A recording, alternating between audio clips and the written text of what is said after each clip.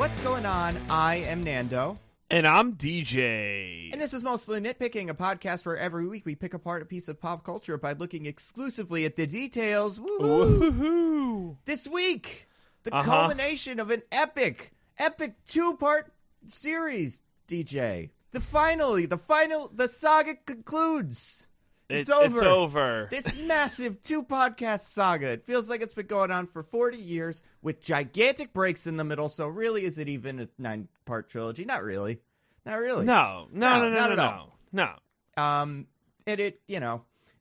We out of a lot of people that talked to us after last week that said, hey, love this show. I love everything you guys are doing. And I have feelings about the last Skywalker, Rise of the Skywalker. So I want you guys to talk about it. And we said, well, as much as we wanted to talk about Little Women, which DJ and I prepared for at the last minute, we said, well, I guess we'll talk about Star Wars, The Phantom Menace, Rise of Skywalker. What if they just named another one The Phantom Menace? Phantom Menace 2. It's nothing to do with anything else, but it's just like, it's another Phantom, and he's menacing again. That's a sick title. So we're going to call this one Phantom Menace 2. Well, I think given Disney's propensity for just rebooting old series, not like remaking like The Lion King and Mulan and Aladdin, they'll probably just redo episodes 4, 5, and 6. That's and then true. 1, 2, and 3, and then 7, 8, and 9. That'd be They'll great. Just do them all over again. Why don't they start backwards? They start with 9, redo that, and then they go 8, 7, whatever. It doesn't really matter. Just fix these 3. So this week we have a returning champion of Mostly Nitpicking. I called the best friend of the show. He was on for our episode that we put out last week, which was our Star Wars retrospective, everyone's favorite Star Wars thing. And he's here again to talk about what I think we'll have to make an amendment, his new favorite Star Wars thing. Yeah. Star Wars, Rise of Skywalker. It's Christopher J. Diggins, everybody. Woo! He's back, baby. He's back. Yeah, hooray. Love him. Back. Yeah, he's the best ever. Wow, the show's always much better when he's there. So good. Everyone always complains when we don't have him, but we got him. They really do. I'm going to do a quick interview with Diggins before we start. Hey, Diggins, what did you think of Star Wars, The Rise of Skywalker? I loved it. Okay, then we won't go back on this? Nope. All right, cool. So now that we got that out of the way, I want to talk about Star Wars Rise of Skywalker. So the fun thing about this is this movie came out, a week ago or something. We're recording this the day after Christmas. Boxing Day. Happy Boxing Day to you too, by the way. Yep. How are your boxes doing? Have you fed them? My boxes are doing real well. They're not all beat up and stuff. They're great. I made a duck yesterday for Christmas, so I actually cooked the giblets and fed them to my box.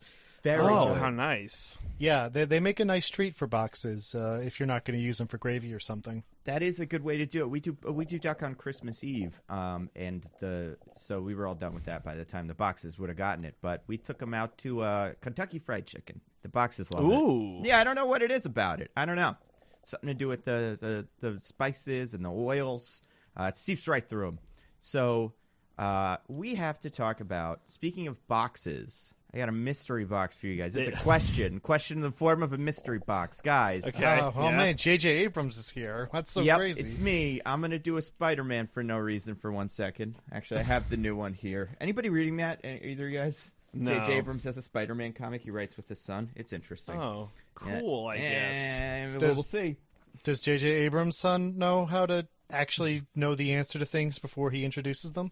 Well, I mean, we're still going through the series, so it's very possible that we'll never learn the identity of this villain. But as of now, we're in that like honeymoon phase of a J.J. Abrams relationship where everything's new and fun, and we don't really know where things are going. But things could work out. But before you find out that he doesn't either. Exactly. Yeah. Before we find out that he doesn't either, and he just, not even that, but he hates the idea of being done with things. I think that's it. I think he likes, and it's so funny because I've never seen Felicity, right? But friend Patrick Willems, who is another wonderful YouTuber, did a video about how Felicity is the only thing J.J. Abrams has ever finished, and the ending of it is insane.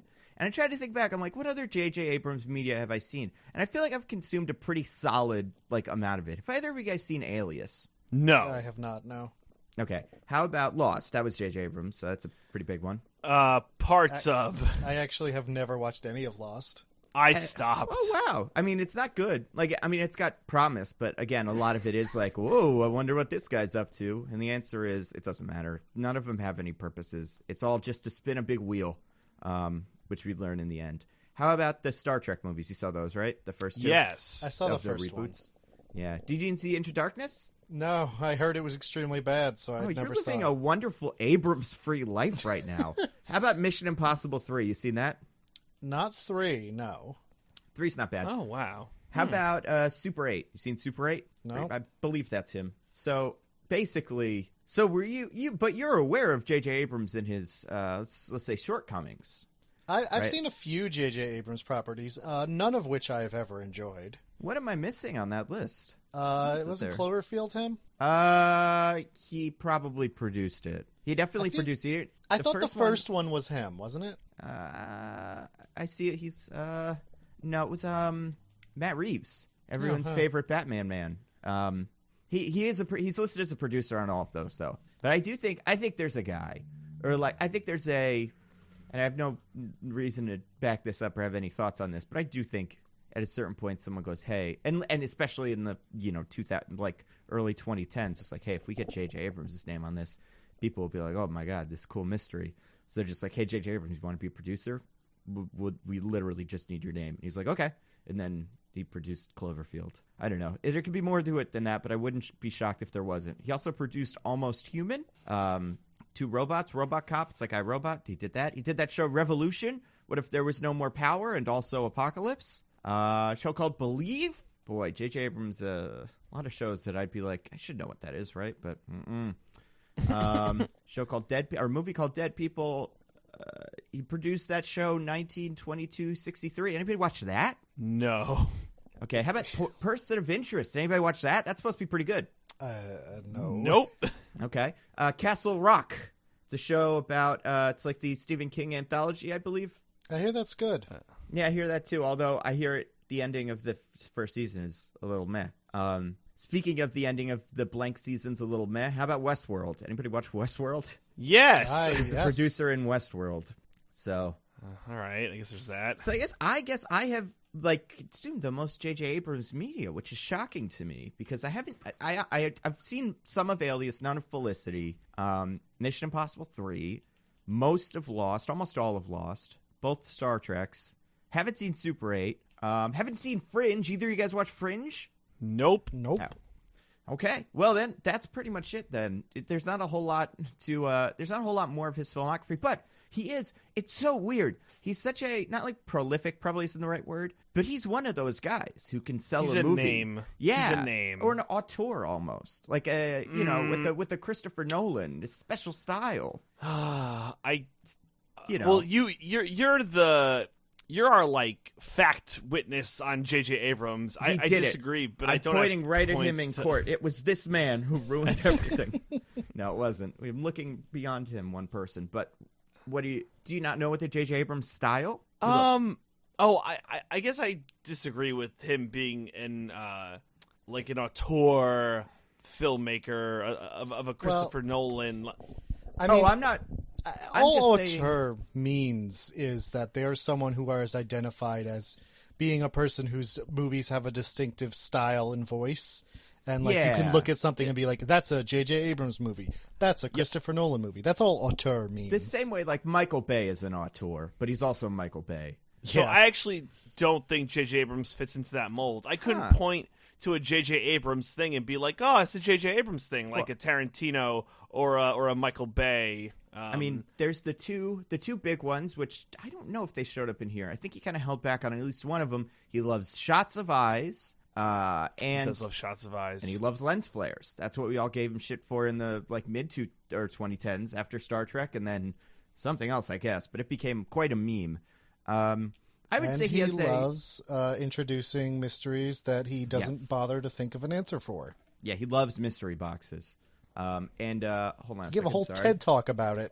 I know, and he brought a mystery box on stage because he's that great. And then I'd like to believe that box contains a black hole that like a wizard or something forced him to carry around. He's like, you will carry around this box with a question mark on it, which contains a black hole, and that will always be, you have to take your script and put the last page in the black hole, and then you will never be able to finish a property, and you'll have to blame it on the mystery box.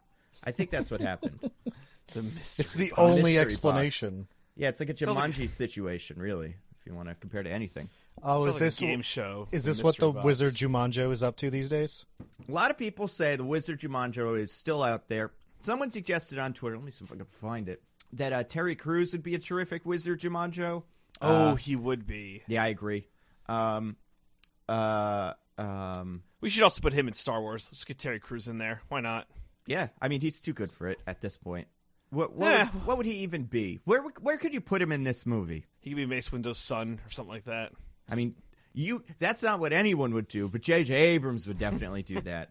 Yeah, I don't know that we need any more children of anybody in these movies. I think if anything, he would have to, like, if we're taking a character from this movie and throwing him in, you know what would be great? This would be so great. Let's make him Zori Bliss, and just so Oscar Isaac's character can be gay, but not with Finn, right? Just like throw another guy in there so everybody loses. No one gets what they want.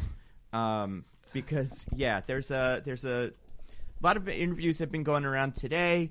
It seems like a lot of the cast of this movie isn't happy with this movie, including Oscar Isaac. He seems just furious that his character, Poe Dameron, did not have some sort of love situation with Finn, played by John Boyega. So there's a lot of great stuff there. But yeah, let's just throw another guy in. Do you think it would have been better if, okay, not to spoil anything, let's get this real quick out of the way. We're full spoilers, I thought. Like, yeah, if you're... Let's give one sentence reviews. What was your first thought, DJ, coming out of this movie? Like, what was your initial... Well, I guess, okay, 2-sentence reviews. First one is your first thought, just leaving the movie. Second thought is your general review of it. I can't believe they done this. This is an atrocity and makes me sad. Okay. Diggins, what about you? My first thought was that GIF from Arrested Development of Michael opening the dead dove bag and going, well, I don't know what I expected. Yeah, that's a good one. What's your overall take? Or is that both? My overall take is, that's pretty much exactly what I was afraid they would do after Last Jedi, and here we are. Yeah, I would say I really left the theater, called my sister, who I knew would eventually probably see it, but wouldn't mind it being spoiled. I just I hated it.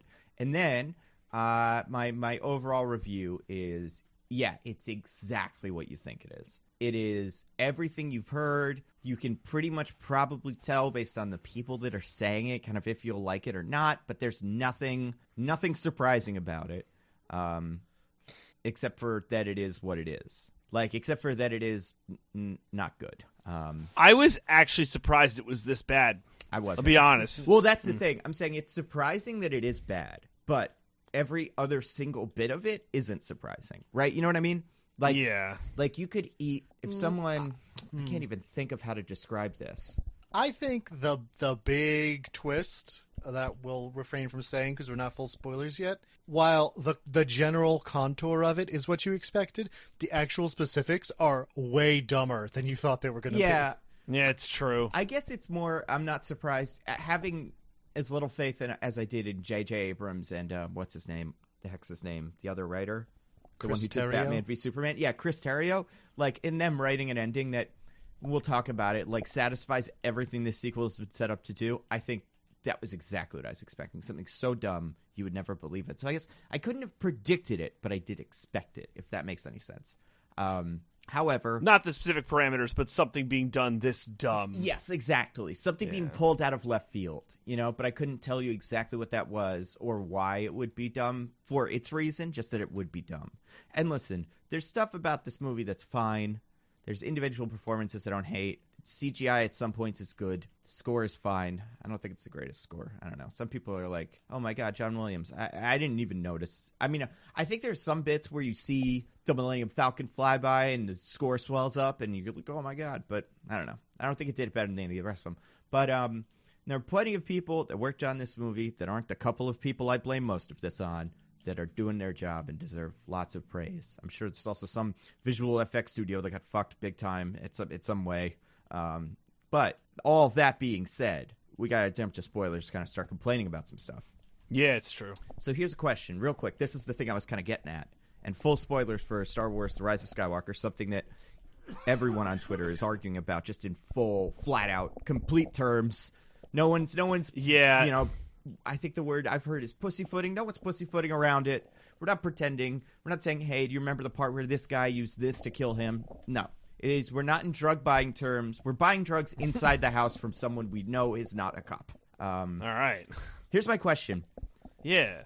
It would have been equally flat as a plot, device, or not as a plot device, but it would have equally zero bearing on the plot, kind of. But do you think it would have been more compelling if at the end, when everyone's celebrating, Finn ran up and kissed some random guy? Does that matter? Or would that feel like just as much of a cop-out?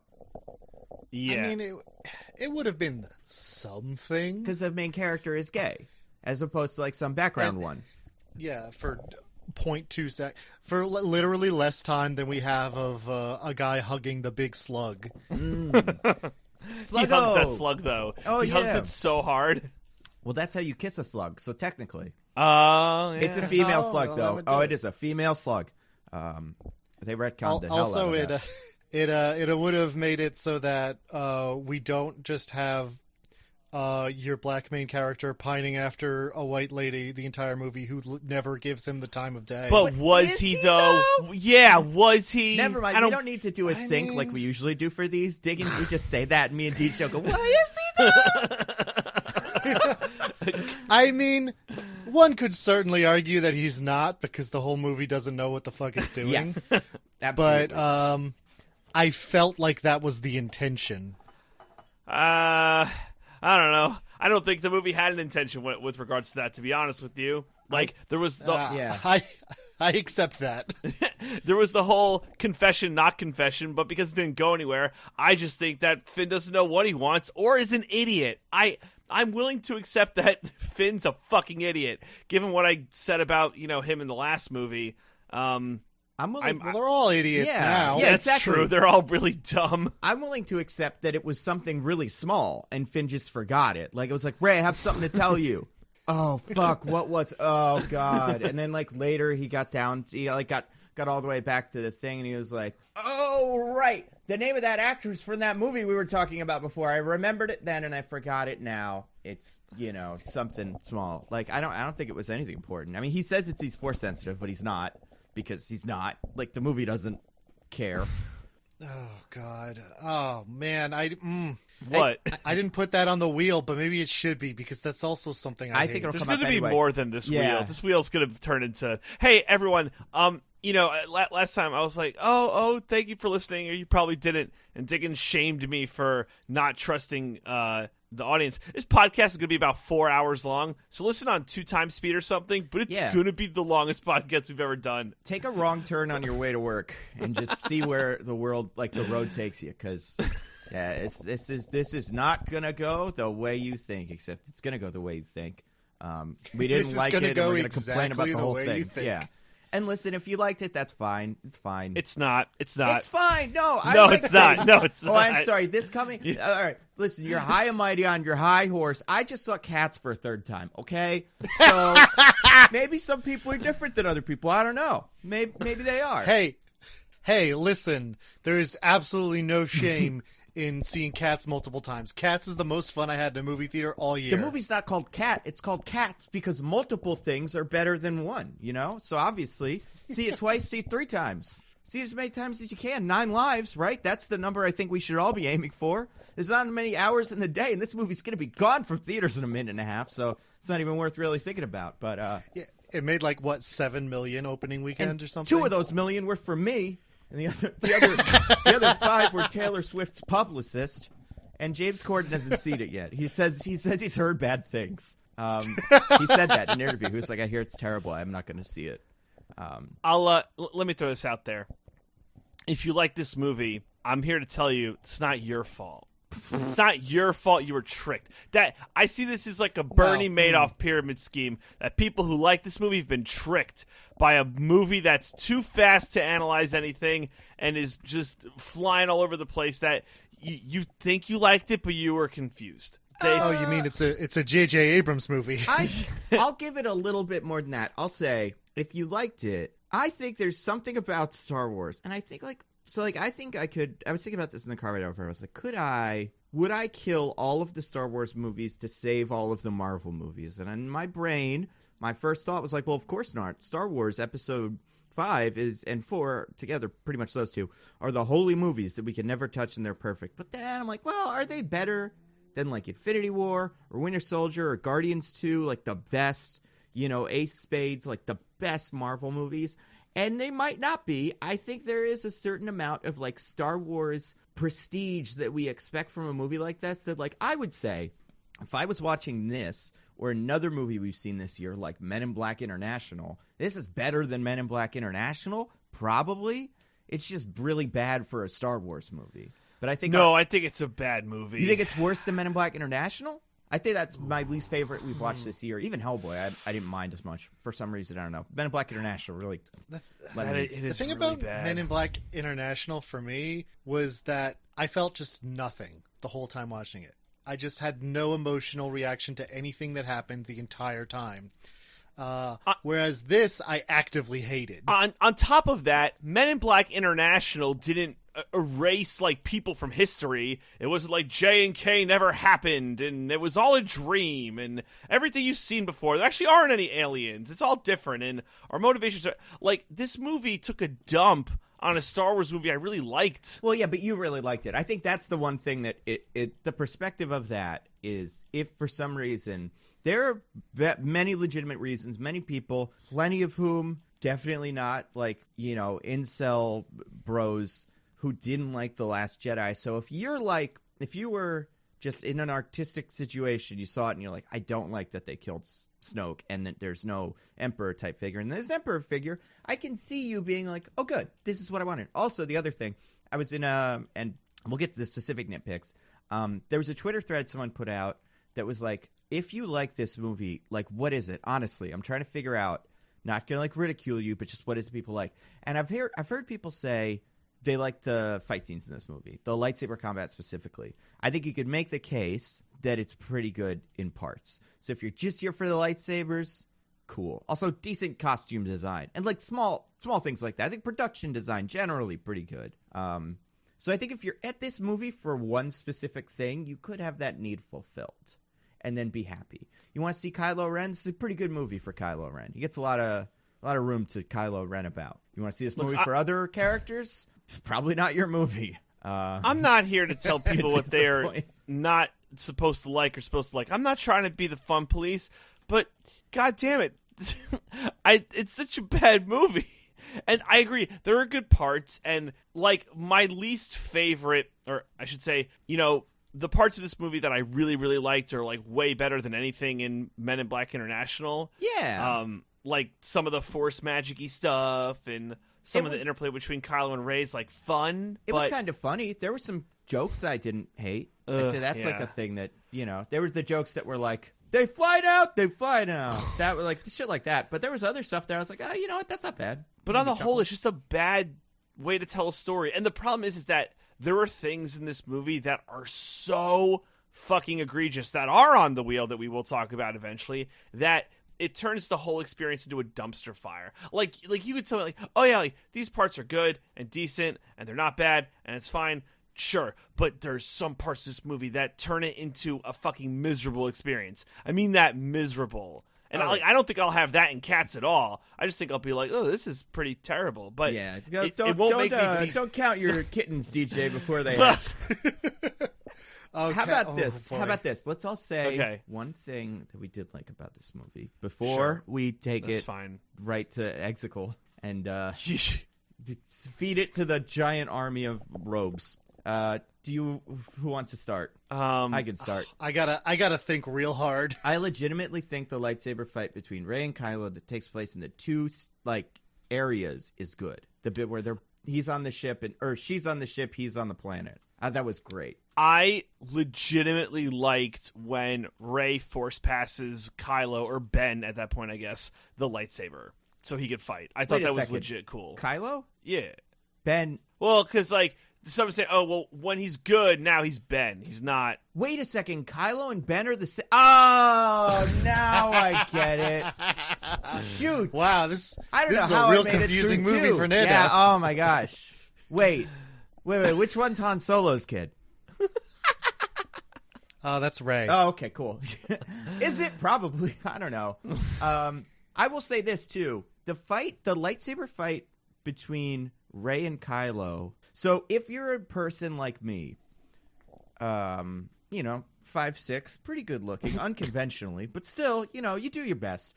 You probably hate what I call flippy dip, tippy tap lightsaber fights, which are the fights that were originated in the prequels, which are like everybody do acrobatics and hopefully you can hit your marks, as opposed to the like, I am trying to kill you with this giant sword fight. I think 1, 2, and 3 have the worst versions of this. And 3, everybody loves that lightsaber fight, which I absolutely hate, where there's moments where everybody's just spinning around their sword like it's a baton at a Renaissance fair.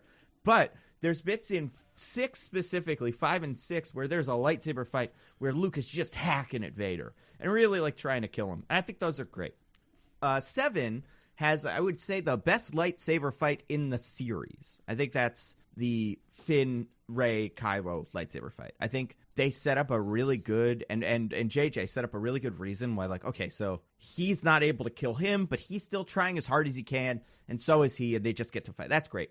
I hated the 8 fight. I hated the throne room fight because it was so. That's fair. It was so flippy dip, tippy tap. Hey, hit your mark, everybody. What? You're not ready yet? Okay, flip your lightsaber or flip your like spear around a couple times. So I think we got back to just 2 people trying to kill each other. A deadly game of chess where every wrong move means death, which is how George Lucas describes 3, except it's bad. But I think this was good. I think if you're a lightsaber specific like fanatic, you can get a lot out of this movie. And there's lightsabers every 10 minutes. Never have there been more lightsabers. It's like JJ gets paid by the fshink sound. It's just like, you turn yours on, turn yours off. We gotta, Daddy needs a new pair of shoes. Diggins, what did you like about this movie? We gave you so much time. Yeah, I was filibustering. I want to get you something. Oh boy, I'm not sure it was enough time, guys. Wow, nothing? You had nothing? Well, how about this, Diggins? What'd you think of Richard E. Grant? I think he was pretty good. He's another one that I'm like, man, he should have been in more of it, but I liked Admiral Price, or whatever. Oh, I have thoughts. Okay. Wow. Okay. Other good things. I think that the parts of it that were Indiana Jones would have been a good movie if they weren't this. The bits where they're just like looking for stuff in sand and like the car chase that was, the little tread bike. That was pretty good. I mean, I will say in general, the action sequences are, at worst, they're competent. At best, they are like genuinely cool. And I would have found interesting if the things going on in the story were any good. Yeah. I think the third act action sequences are all pretty, like what we're talking about, ships and stuff, are pretty shitty. And like just poorly constructed, hard to like suss out what's actually going on. But I do think those ones not. But the first they fly bit is sequences. Pretty good. Is there anything else I'm forgetting that was good about it? I think, you know what else? Another positive. Because we'll get to my negative about this. I think they did a pretty good job with Leia. It felt a little fake, but I can't imagine a better version of it, or like they made the best out of a terrible situation. Enough that I think if a kid in 15 years sees this and doesn't know she died between 8 and 9, they'd be like, yeah, whatever. I don't know. I guess she's there. Like, fine. In terms of filming it, I think they did the best they could. Yeah. Like, it's a tough situation. I do not like the other thing they did with her, but we'll talk about that. I thought some of the cameos are pretty good. I think we gotta give Diggins one. We gotta have Diggins has to say one. I'm trying to like. I did say one. I said that a lot of the action sequences are genuinely good. All right. It's just that the story makes it hard for me to care. No qualifiers. That's fine. You liked the how part of the movie is hidden in Fortnite. You like that? Oh You're my a big God. Fortnite fan? Yeah. Yeah, that was big for you. Once the Marshmallow Palpatine. concert ended. Wait, yeah, we'll start with that. I'm going to add Yeah, a can we- wheel chunk real quick. Can we pause? Because some people might not know what you're talking about. Okay, you yeah, would yeah. tell me, All because right. I did not know this. So I'm going to I spin the love wheel real that quick. tweet. Tick, tick, tick, tick, tick. Oh, we're Oh at my the wheel. God, it Yay. landed on a hither till now unseed section called Fortnite is Star Wars Now. And basically, so you know how every couple of movies it's a Fortnite thing, right? So like Avengers had like a Fortnite tie-in event with Thanos and John Wick. You could buy a Fortnite skin of John Wick. And I get it. Fortnite, listen, I got nothing against Fortnite.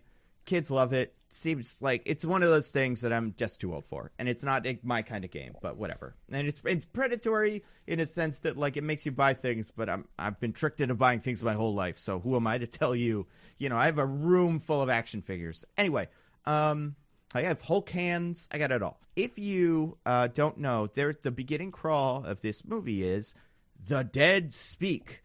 I don't know, evil Emperor Palpatine has sent a message throughout the galaxy announcing his return. Something like that.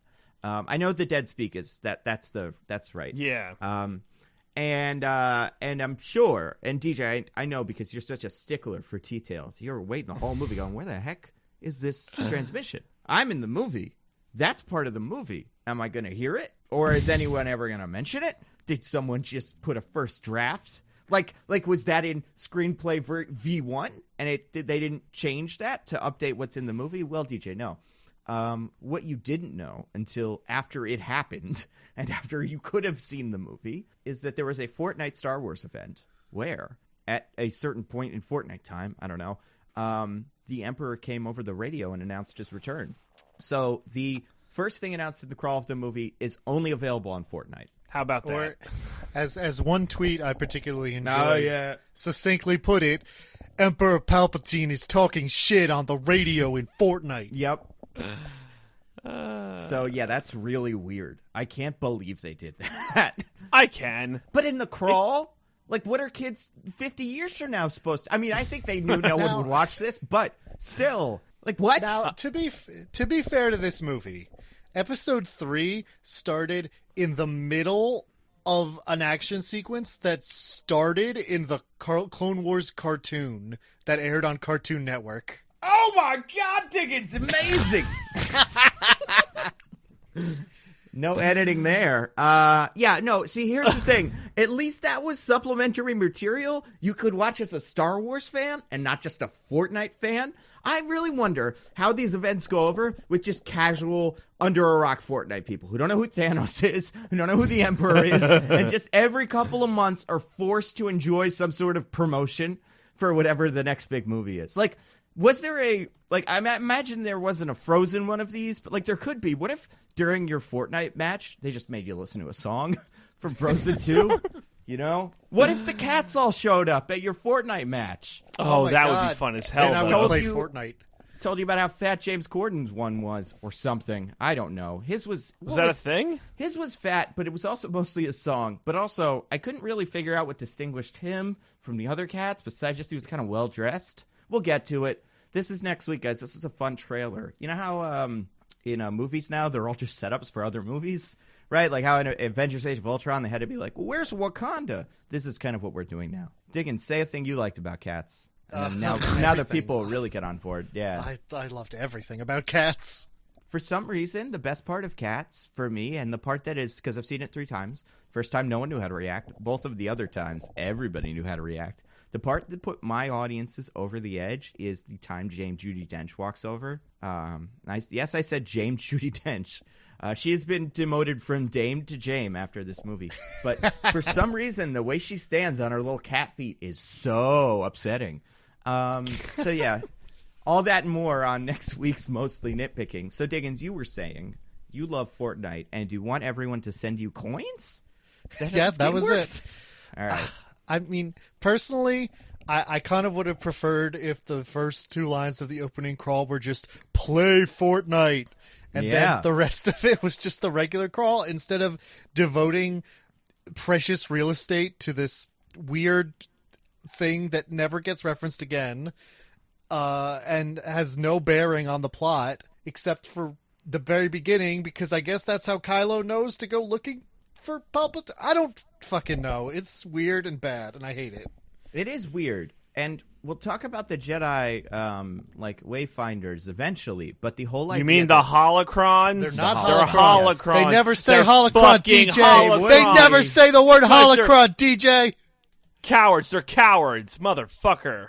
God Guys, damn it, I'm so guys, upset. Guys, I know, so I know, like, tempers are high. And listen, as we all know, and I didn't want to have to say this early, but I'm trying to think of a funny Cats quote. What are some of the A songs cat called? Is not a Scrimbleshanks, dog. the Railroad Cat. Yeah. So yes, a cat is not a dog. That's right. Address it by its name. There's 3 names. Speaking of 3 names, I'm going to spin the wheel. DJ, it landed on one of yours. Rey Skylo Solo Palpatine. Where's Solo in there? Explain Solo to me first. Because in the movie Solo, because Yes. he doesn't have a name, he's Solo. Where was Why that not guy? Rey? Where we get him? God, I want to know which writer of this movie looked at that scene and was like, yeah, let's do that again. Yeah. Let's do it again, but like even dumber. What if they named her Rey Solo at the end? I wouldn't even hate it because thematically, kind of. She's Yeah, been raised more by Leia and Han and Ben. It's because they're married. I'm a Reylo now. She spent a day with Luke. She doesn't know Luke. How long are we assuming 8 takes place over? Well, I have the same question about this movie. Like a couple days. Yeah, right? probably. It's a low speed chase with no resources. So like that's all of the time she ever knew Luke Skywalker for. She spent way more time with Harrison Ford, and then his son, kind of in the end of this, and a lot of time with I said Harrison Ford, but you know what I mean, Han Solo, and then a lot of time with Princess Leia training her. She's a Solo. Yeah, she kissed her brother, but whatever. That's how it goes, you know. That's what you do. According to didn't know at JJ, the that's time. the thing you do. We're not there yet. Oh my god. Oh my god, that's killed this movie. Man, if only we were as progressive as they are with other things. Stupid. Anyway, Anyway. the goddamn. I liked in episode 8 that Rey was a nobody and that her parents were nobody. Hold on, DJ. They- You got to end all your sentences with ellipses. I really want to hear the ellipses in your sentence. Sorry. So say that again. They're nobody. Dot, dot, dot. And then again. They sold her for booze money. Dot, dot, dot. Sorry, I J.J. Abrams am- gives me $50 every time I do dot, dot, dots at the end of the sentences for these. Inevitable. Dot, Even dot, though dot. if- Oh, very good. And I am Iron Man. If you watch that scene, he actually says it quite quickly. I mean, the dot, dot, dots are implied. He knew a J.J. Abrams movie was coming next. I mean, at that point, he probably thought it was the guy from Jurassic Park who made that stupid movie with the wonderful baby. Or whatever that movie was that got him Book of fired from Henry. this. Yeah. Can we all take a second to appreciate the fact that because we all kind of, I think we've like at least hinted at the fact that J.J. Abrams is kind of the problem here, right? Like his worst instincts were unchecked. And so you could maybe say it's like Kathleen Kennedy or Bob Iger or someone a little bit higher than him, because why would they hire is, I just use the word hire, why would they cast him as the director? Can we all acknowledge the fact that the 9th Star Wars movie was completely upended by the fact that Colin Trevorrow made a movie about a child so bad that they had to fire him and get someone at the last minute to write a script in a couple months? Like, it's insane that if Book of Henry is good, different movie. Completely different movie. The movie they were planning to make. But that movie was so bad, it ruined Star Wars, like, as a contingency. He would have... To be fair, Colin Trevorrow wrote Book of Henry, so it might have been a lateral move. all Yeah, things that's considered. true. I mean, listen, Star Wars loves its wunderkinds. Like, it loves its children that, like, know all the stuff. So that easily could have been what we got. Like, that, we could have gotten another Star Wars Episode 1, where what we all love, you know? The best part. But DJ, you were... At least it had a cool villain. Oh, yeah. Great villain. A one that had no personality. I mean, listen, by this point, we're He kinda looked used to it. cool. He did look cool. Look cooler than some people we'll talk about later. All right, DJ. Anyway, Rey Skylo Scalpel Palpatine. I'm just mad that they decided to make her fucking Palpatine, and at the end she's like, "Oh, I'm Oh, Skywalker." she's not the one who fucked Palpatine. Yeah, who Well, fucked okay, Palpatine? Let's talk about we this. don't know. What Snoke, unaccounted I don't know. for female characters could it be? Quick correction, Colin Trevorrow did not write Book of Henry, but I stand by it. It was probably a lateral move. I believe it. Like, I'm sure he took a look at the script. And because it's not Star Wars, right? Because that's the other thing. I can see any any actor or person working on this movie being like, it's a Star Wars movie. Yeah, I'll do it. But with Book of Henry, he saw the whole script. It was his passion project. This was his blank check. Like, you just did Jurassic World. What do you want to do next? And this is what he made. So he had complete control over it. Easily should have seen the flaws. Yeah. But let's get back to talking about who fucked Palpatine. Let's get back. Okay, so who's unaccounted for? I have a question. I can't remember where I read or saw this, but so there's a theory that Anakin is made via Force magic, like there's no father. Is it possible that Palpatine is Anakin's father, like he forced magic? Yeah, that's Anakin's kind of the mom? implication. However, Yeah. it does not seem to be the case because they never treat it that way. That biologically makes Palpatine his father, which means that if Rey is biologically his granddaughter, he boned down. That's right. And again, let's see. So it's somebody on the Death Star. Are there any ladies on the Death Star? Oh, no, besides I'm the saying Death he did Star it harem? again. I think that Rey's dad was force conceived. No, but my That's what I think. point is that Anakin is not biologically Palpatine's son, and he's never treated that way.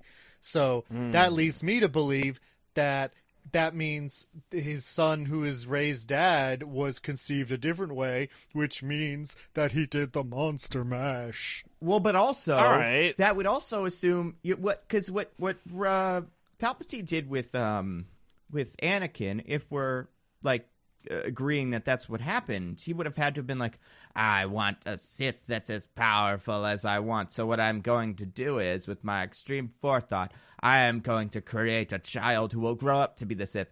In this situation, it would have been like, I want a Sith that's even more powerful than the one I had, so I'm going to create another one. And then that one is going to create another one using biological, like, sexual creation, and that one I'll get lost for a while. Like, I feel like if that's what he wanted, he could just make that first one. This whole roundabout, like, let's have a baby to have a baby thing doesn't really make much sense. Yeah, I mean, agreed. really, it just makes no sense. It just makes sense one day that he had a wild weekend on Jabba's pleasure barge, and things happen. The Lolita Express, right? That's what it's called? I'm pretty sure we all know. No, if you haven't listened, go listen to Cody Johnson, Some More News. It's this hilarious, almost Jon Stewart-y thing, but it doesn't matter if you if you're not on that political spectrum and you don't gel with all those beliefs. He did a Star Wars episode that was so funny, where basically Jabba the Hutt became the Jeffrey Epstein, and every so often it would be like, and this guy was on the pleasure barge with Jabba? It's so funny. Anyway, so let's talk about unaccounted for female characters of that age. Number 1, Maz Kanata. Where's she been this whole time? All right, solid. Maybe that's where she got the lightsaber. Oh, now we're thinking. Admiral Holdo. She might be around there, right?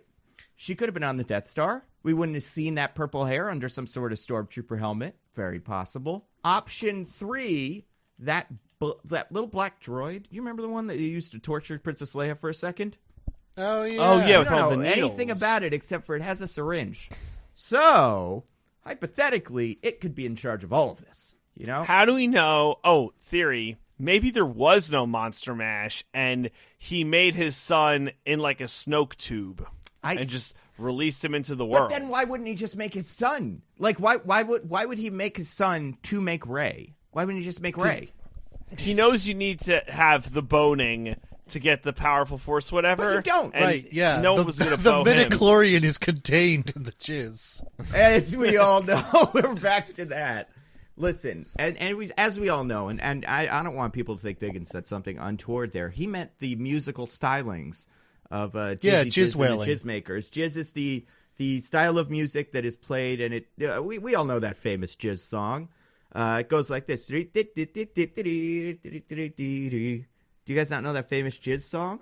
Oh, I know it. Okay, well, I thought you would all tune in. It's fine. Yeah, it was composed wasn't by feeling one of it. my favorite jizz whalers. Oh, yeah. The one with the black shirt. Yes, correct. Yeah. The one furthest to the left, I would imagine. So, yeah, I don't know. We can agree it sucks, though, right? That was done, That she's like a outside of like Palpatine? how it happened, or that she's anybody important at all. Well, was there a point If in the she- movie where you thought he was lying to anybody? No, I didn't think the movie was that clever. Me- Yeah, I just believed that the things were that dumb. Same.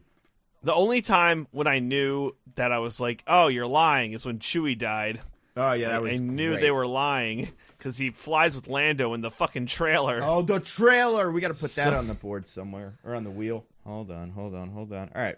It's on the wheel now. I know where it is. Hey, Diggins, were you also mad by this? Because this was one of the biggest FU to episode 8s. the thing, So I thought you would have also been super mad by this. I was, but at the same time, just like, I was so ready for them to pull this shit. Like, I was so certain they were going to retcon that. So that when it happened, I was like, wow, this is actually way dumber than I thought it was going to be, but still, this is what I thought was going to fucking happen. Although, oh boy, can we talk about the literal line that a human man speaks in this movie, and we're just supposed to take it face value? They can fly now? No. They can fly now? No, that one's the robot. Never mind. Okay, last one. They can fly now. No. All right, I think we got it all out of our system. What's your line? They sold you to protect you. Like, oh, cool. Yeah. Yeah. Oh, cool. I'm glad that we're having this whole big thing where we're like, yeah, sometimes you just gotta sell someone into slavery to an abusive monster just to protect A great them. point. It's A great point that cool. Cody Johnson makes. When the Empire is in charge, there's no slavery. And then, when they're out of charge, slavery's back. Huh. We need that Empire back, huh? What happened to Tatooine in the years between 3 and 4? Slavery was outlawed, I guess. No more slaves. Diggins, I'm sorry. Yes, Nando. Sorry. I guess that's a Okay. good point. All right, question. No, I want to follow up on Diggins's. Yeah. I think that it's almost worse than being sold for booze money, because booze money is just neglect by shitty parents. Yeah. But selling into slavery to protect someone is the dumbest thing I've ever heard. It's like, okay, they're shitty parents. They sold you to slavery because they didn't give a shit about you. It's like, man, that sucks. But okay, that's a thing that happened, and we can deal with that. But like, literally everything in the story is framing it as like, oh, her parents were such heroes for selling their daughter into slavery. And I mean, I don't think I could come on that train, JJ. I don't think I could go with you on this. Selling someone into slavery was good in this one instance. Was she a slave? I I think she was just sold, but like she seemed to have her freedom. She had to go to Simon Pegg every couple of days to get portions, right? Yeah, I guess it wasn't slavery. Not trying to like, I what you're saying is right. I'm just wondering, like, for a second, I'm like, was she even a slave? Who did they even sell her to? You Simon give us Pegg. some drinking money to take this one off our hands? You could just toss her labor. into the sand. But It was I feel labor. the fact that But she they was sold- exchanged for money is a pretty Yeah, strong right? indication that it was some kind of slavery. right? I'm wondering that. Do you think her parents actually got drinking money for her? Well, the movie, Kylo tells movie us takes that's so true many in 8. pains to be like, Yeah. the literal words I said before were true. So that must be what they spent it on. Yeah, right. You got to take this money and go, go have some fun, get some On a death drinking sticks, spree. go crazy. Yeah, just Death sticks. Just go nuts. Get a Coca-Cola in the shape of a cannonball or whatever, something you can't take on a plane. I don't know what you weirdos drink, but go get that. Because that was weird. That's weird. But it's bad that they did that, right? It's the worst thing. And it as DJ said, it just completely goes back on. There's actually a quote from Rian Johnson from when Last Jedi came out, where he did an interview that I would like to read really quick, if that's okay with all of you. Okay. I'll allow it. Yeah. But watch yourself, counselor. You're on thin ice. So he said, talking about the Vader I am your father moment, I think that moment's so powerful because it's the hardest possible thing that Luke and the audience could hear at that moment. It takes away the easy answers, basically. We thought he was just a bad guy that we could hate and want to kill, but that one sentence and suddenly it's more complicated than that. It's harder than that. If Rey in this movie, if someone had told her, yes, here's the answer, you are so-and-so's daughter, here's your place in this world, here you go, that would be the easiest thing she and the audience could hear. It would hand her on a silver platter her place in all this. The hardest thing for all of us to hear, and the thing that she doesn't want to hear, and maybe we don't either, is that no, this is not going to be something where it's going to define you. And the fact that you don't have this is going to be used against you by Kylo to try and pull him into your orbit. This is going to be hard, and you're going to have to stand on your own 2 feet and define yourself in this story. And that's such a good way for him to summarize like why that plot twist is from Last Jedi is so powerful, because it makes things more difficult for Rey to hear that. It is what she needs to grow, to hear that, like, no, you're not just some special person who matters because you're Palpatine's granddaughter, but you're just someone who has to define their own role in this story. And I hate that they took that away. And no matter how much the movie wants to pretend otherwise, where it's like, well, but just because you got an evil grandpa doesn't mean you're evil. Family doesn't matter in that sense. It's like, but you're basically telling us that to be important in this universe, you have to be related to someone important. So it's just, it sucks, man. I hate it. Yeah, it's bad. Yeah, it's very bad. It's the worst movie. And what's crazy is, Diggins, what you're talking about is, and I know some people I talked to liked the movie for that reason, because it made Rey somebody, because it falls into these, people just want the Star Wars tropes to happen. They want the things they know. They want the comfortable, safe, oh, I know this story, hooray. So, I mean, I think there's a version of that it, like, what you're saying is true.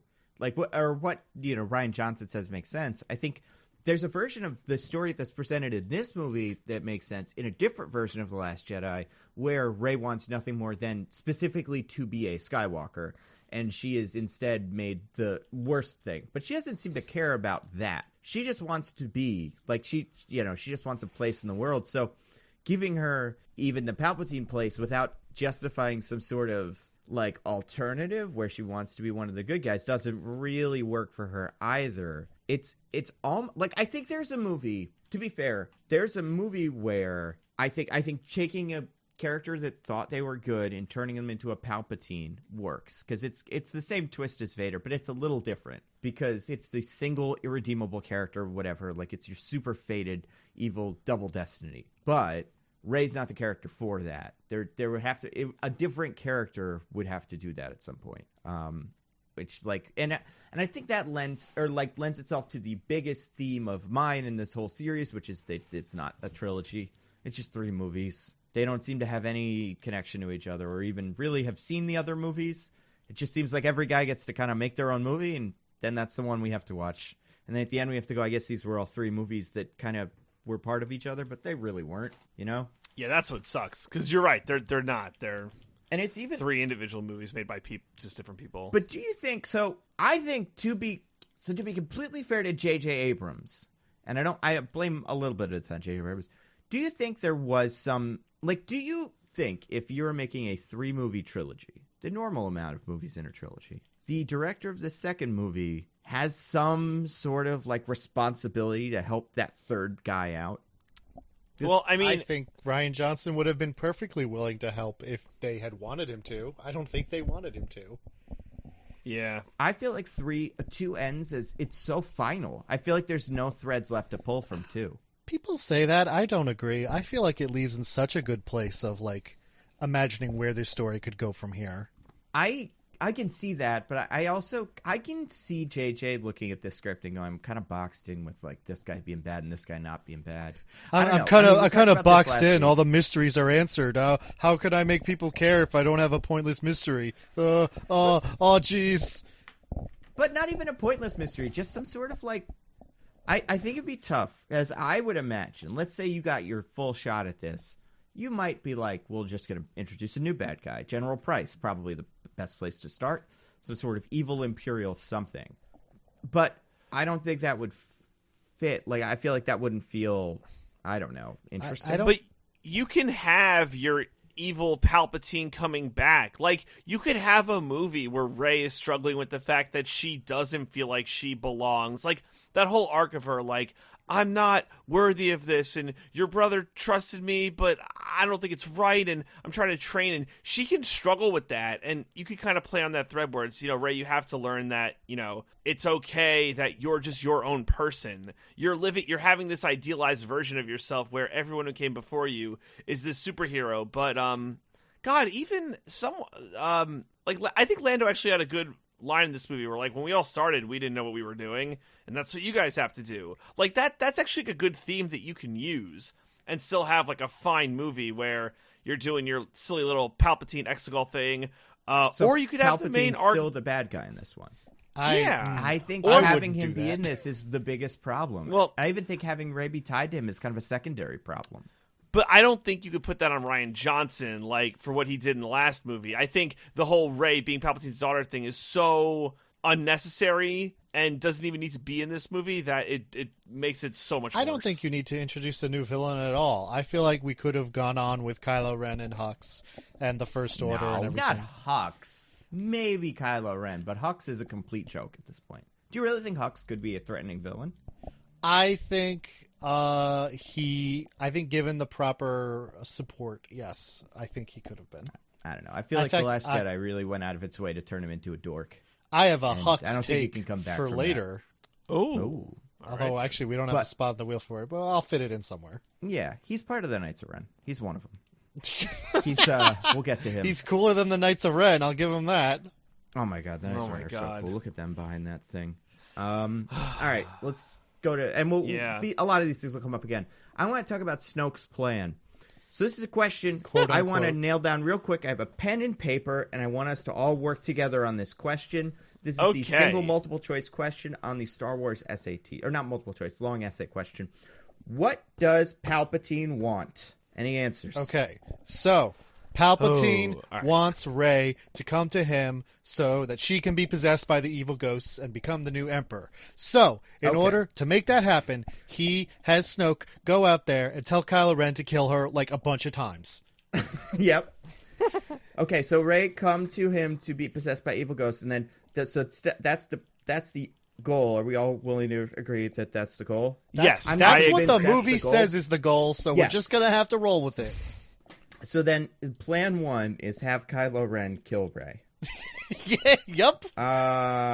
Sorry, hold on a second. My flowchart just shot itself. Also, Kylo Ren isn't Rey, but he would have to kill Rey. His plan is to secretly influence a random teenager and bring them over to the dark side and have them become a new powerful Sith Lord. And that teenager is not his granddaughter, who he wants to be the one who comes find him, but is instead a completely different person. Does she know his granddaughter, though? I don't... he seems to know who she is, I mean, he was probably told at some point, but by also who? he doesn't know where she is. Yeah, who told him? But he could just go wherever. I don't know. Okay, here's another question. All right, so this all makes sense, right? Obviously, Rey has to come to following to Snoke, or to Palpatine to be possessed by evil ghosts. Mm-hmm. Kylo Ren has to kill Rey. So what he does, what Palpatine does, is a very, very impressive move. Is he secretly influences a random teenager to turn evil and kill Rey. Again, we're back to Kylo Ren killing Rey, but he doesn't know who Rey is. He just kind of bumps into her, right? Because he's not looking for Rey. He's looking for Luke Skywalker. Correct. And all Luke Skywalker has, and we'll learn this later, is the compass to get to the place that he seemingly has already been. Has he been there? He hasn't been there, has he? Well, so he gets there without the compass, though. But he's never been there. Or no, he has to get the compass. So is that why Snoke wanted him to find Luke Skywalker? So he could get his own compass? No, but Luke doesn't have a compass. Luke was looking for a compass. No, he doesn't. Luke, didn't he have one? No. I'm pretty sure Luke just gives her one. No. That was in the TIE Fighter. That was Kylo's. Oh, yeah. Oh, it was Kylo's. Shoot. You're right. All right. So then this makes more sense then. Okay, let's just... But also it doesn't make any sense because why are they looking for Luke? So you're going to get Luke Skywalker. Luke Skywalker, he knows where Rey... Nope. How does Rey become part of the story? Two randos land near her. So we're going to put that in here somewhere. Kylo Ren has to influence Finn and Poe to land near her. Or Snoke does? Is it Snoke or Kylo who's influencing? I think this is a Kylo thing because they escape from Kylo. Okay. Right? Snoke isn't even on that ship. So wait, if you're saying that could mean Finn is under the influence of Snoke when he frees Poe? Has his moment of clarity? Because without that specific event, none of this happens. Or maybe BB-8 is also Snoke? Did anybody see a big vat of BB-8s when Kylo Ren was walking over to Palpatine? I mean, there might have been. I don't know. Yeah, that would make sense. I was too distracted by the Snokes. Maybe that monkey blacksmith also made a BB-8. Yo, Babu whoever is no, the not best. Babu Frick. Babu the Frick. Sith different monkey guy, yeah. blacksmith. He didn't say minion blacksmith. All right, we're gonna skip ahead a few steps because this is the one I really want to figure out. Okay, so Rey goes to Snoke to kill Snoke. Yes. Yup. Rey goes to Snoke, and then Snoke force catches Rey, and this is where it gets real tricky. Kylo Ren, who is also there, is he is the person who has to execute Rey. Mm-hmm. So, who at this point, and this is a real tricky one for me, who is Snoke at this point? So, What do you guys think Snoke is? He's just the Emperor's number 2. Oh, really? You think he's his own guy? That. I don't. I think so. I think he's like a puppet. But doesn't Palpatine have his own puppets? There's a the visual dictionary clarifies that Oh. Snoke is his own guy, but he is influenced by Palpatine. And so, Wait a second. in that scene, Palpatine was influencing Snoke to not be able to notice that Kylo is turning on him, because even though the guy who he made and has power over is right there, he wants Kylo to turn on him and kill him and not kill Rey, even though he's having the guy that he influences and controls basically say, kill Rey. Right. Because He wanted to turn Rey to the dark side? I don't By getting know. her head cut off? Here's the other question. So hold on. Do you think there's a deleted scene, or not even a deleted scene, but like an Easter egg that we all missed, where Snoke gets cut in half by Kylo Ren, then he falls on the floor, but real quick, if you look back, you can see his mouth, he goes, fucking nailed it. This was all part of his plan? Because then here's my other question. So Snoke is a clone of Snoke, or of the Emperor, or of just some guy the Emperor found on Exegol? Okay. All right. Well, I got a follow-up question to all this stuff. Yep. The Emperor who dies in Episode 6, who Vader throws down the Death Star. Perhaps.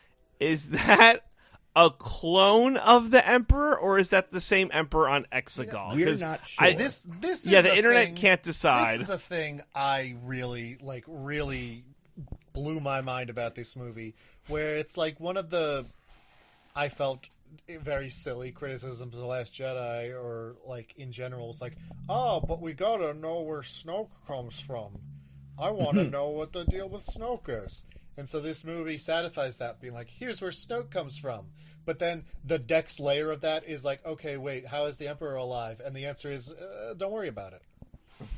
Yeah, so, Don't worry. and for Just don't people think that about haven't seen, because there's people that probably haven't seen the movie that are like questioning, wondering where we're getting this from. The only part this is, so at one point, Kylo Ren kills a bunch of guys in another good fight scene, very early in the movie, like right after the fort deadline, and then he goes to Exegol, which is the special special Sith. like Sith planet thing.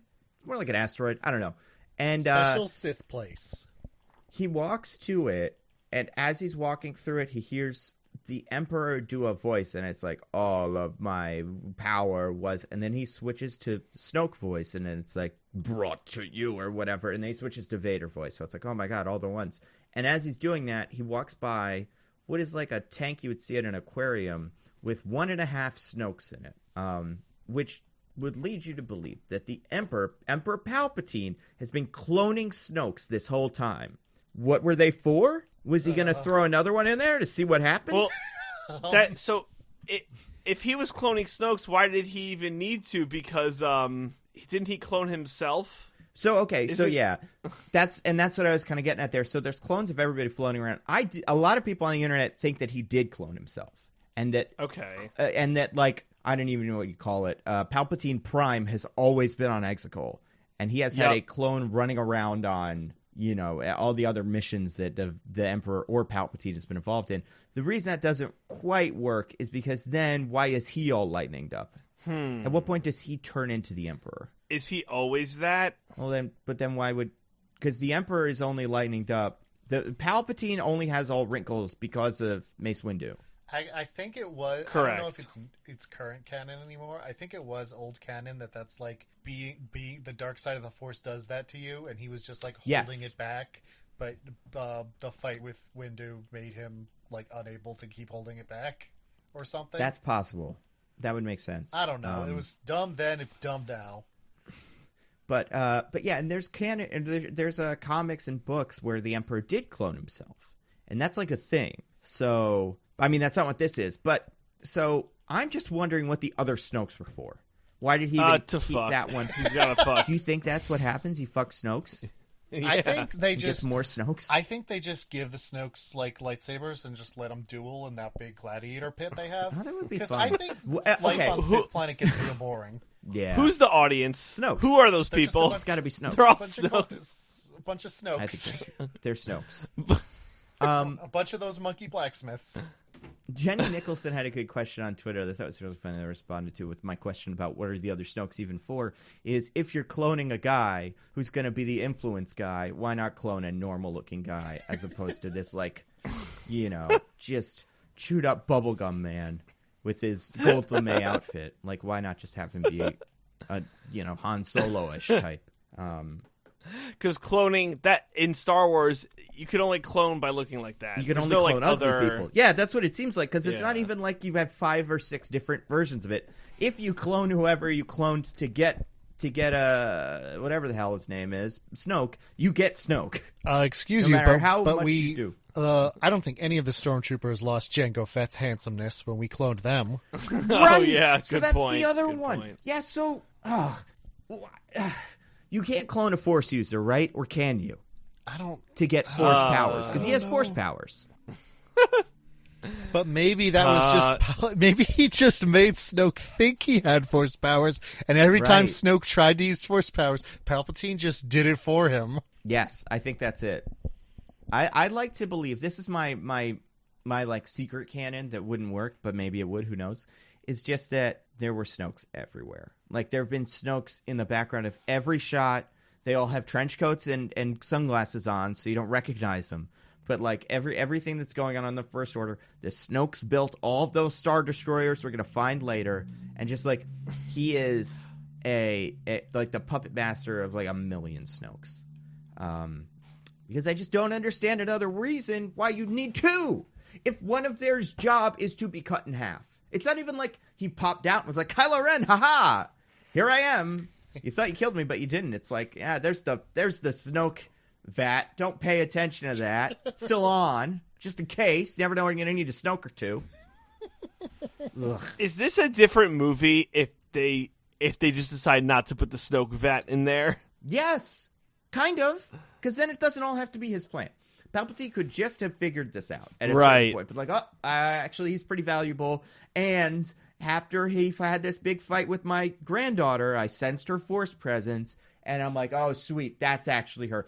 For a while, I, having been some dork trapped on Exegol, thought you were my grandson. So you were the one I kept trying to pull to me with Vader quotes. But it's actually the other one, and now I see. That's fine. I'm just going to cross this whole page out. I'm going to tweet this page. Okay, guys, we're going to keep on trucking over to number 3. I want to talk about magic. So McCavity and Mr. Mistopheles both have magic. Yes. And they both have hats, but some sort of different magic from each other. What's all that about? Oh, hold on. Sorry. I accidentally skipped forward a week. We're actually be talking about cockroaches. Cockroaches. Oh, They God, tap no, dance. please. How good can they tap dance? Are they yummy? Yummy cockroaches. Okay, that's another quick taste of the wonderful, mostly nitpicking you guys are going to get in 7 days' time. Assuming DJ survives his cat's experience. We'll see. So we're going to talk about the dagger. Guys, we're actually moving through the plot now, guys, because the guys they got to find a thing, you know? That's a big part of this one. This whole movie's a goddamn fetch Got quest. to Anyway. find a thing. DJ, this is one of yours. You want to explain the dagger? I'll just explain my gripe. So they find this dagger, which apparently tells them where a Sith holocron is. So they never used the word Wave holocron. Rider. It's a A Sith Wave holocron. Rider. Sith Wave Wave Rider. Rider. So, all right. I couldn't believe this. So, they have to go to this planet. They have to go to the forest moon of Endor. or like Endor adjacent. I guess. Something like Who that, knows? right? No one knows. Don't worry Whatever. about it.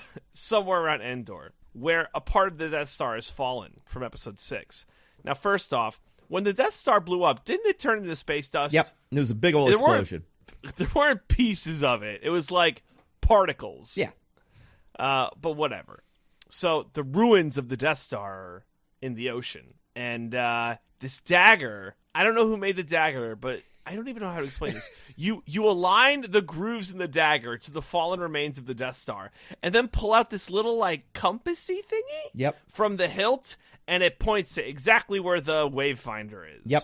Listen, What? guys, I And it fucking love aligns this. with the shape of the Death Star. The Death Star that exploded and fell into the river. But Yeah. the dagger had ancient Sith runes on it. Yeah. So was the dagger clairvoyant? No. Or did Yes. they go... DJ, as I often do when I am keeping an important item in my office and just need to know that that's where I'm keeping it, Palpatine forged a dagger on which he wrote an ancient dead language, had it sculpted into the blade to just let him know, like, oh, but it's in the desk drawer on the bottom left there, just in my office. Which is the equivalent of what he wrote on this fucking dagger. See, I think what you guys have all forgotten, guys, because DJ used the word ancient Yeah. to describe the runes. You're all pretending as if these movies take place in the current day, but they do not. They take place a long, long time ago in a fortnight yeah. far, far away. He's got us. So, what if fortnight is the amount of time a long, long time ago is? That's actually not that long ago. It's not, right? Exactly. So we should all know when the Death Star happened. So I guess the big question, like the dagger brings up for me, is they're not looking for the dagger. They kind of are, but they're not really. They just kind of bump into it, right? Yeah, they find the dagger from the murder man. But they they don't find his ship. They do. fall into some stuff, and then they end up in it. Well, they find his ship. Yes. And then they fall in some stuff. And then in the stuff Right. is where it turns out he died, I guess. And he has the dagger with him. Because I guess to let this guy know where to find him once he found Rey, because that was his job, I guess, before Palpatine decided that he wanted to rely on sending out Snoke to send out Kylo to kill Rey, because he knew that he would decide not to kill Rey, and instead, Right. I don't fucking know. Before that, he had the much less convoluted plan of send a guy to find her. Yeah. And that was this guy. And to let him know how to get to his planet instead of giving him a map or just like telling him, he was like, take this ancient dagger that I've used to mark where my wayfinder is so you can use the wayfinder to find your way to me. And it's like, how did I get this job? How are we talking? What? Why can't you just tell me? You're talking to me right now. You're sending out messages. Just send me your coordinates. I mean, Or send everyone your coordinates. It doesn't matter. yeah, you sent out a Like, message, right? So the message, what was the message even saying? I mean, I don't have enough I'm back, bitches. tokens. Yeah, He's just exactly, right? talking I'm back. shit. Where? Who knows? Yeah. You really, really was. So he had this. I guess he had this dagger forged to let this guy know that it was in his office in the Death Star. Because he couldn't That the just tell him Wayfinder that. was. That the Wayfinder was. Because he couldn't just tell him that. He couldn't just say Right. those words to this man he was hiring to do a job for him. And even if he did, that guy, like, if he had found little Rey, what would Yeah. Snoke have done? Just killed himself? Wait. Kill himself? Like, he's Kill not- Rey, right? He's like a clone. Like, would he just have been like, okay, well, I guess we're good with this Snoke plan. Snoke would have put a key into a thing, and then the whole ship would have exploded. Because Snoke isn't important anymore. All the Ben Solo shit, that doesn't matter. He got her. Good. We did it. Like, or he has so many contingencies that don't cooperate with each other.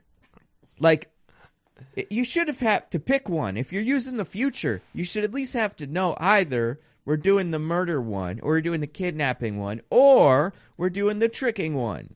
Unless you saw all of this. So kidnapping failed, so then he did Snoke. Is that what it was? I feel like Snoke would have had to have been in play before kidnapping. I don't When know. do you think It's he not turned clear. Kylo Ren? Around that time? Well, no. No, after Rey- that, because Rey was a child. Yeah. Kylo was... Wait, but so was Kylo. Kylo wasn't a child when he was turned. He was old. He was like a teen. How old do you think they both are? 18? Really? At the same time? 22? No. I would put him in their late 20s, both of them. Maybe Kylo older. Yeah. I think Kylo's probably Maybe that's older it. than Rey. Okay, so then that makes sense. So he tries to get. First he sends a guy, and that doesn't work. And then he's like, I guess what I'll do is I'll turn this child to the dark side, and then I'll clone a big old Snoke, and then send him with a bunch of Star Destroyers, and I'll be like, this guy's the First Order now, so we good? And then when he takes over, then I'll do Plan 2.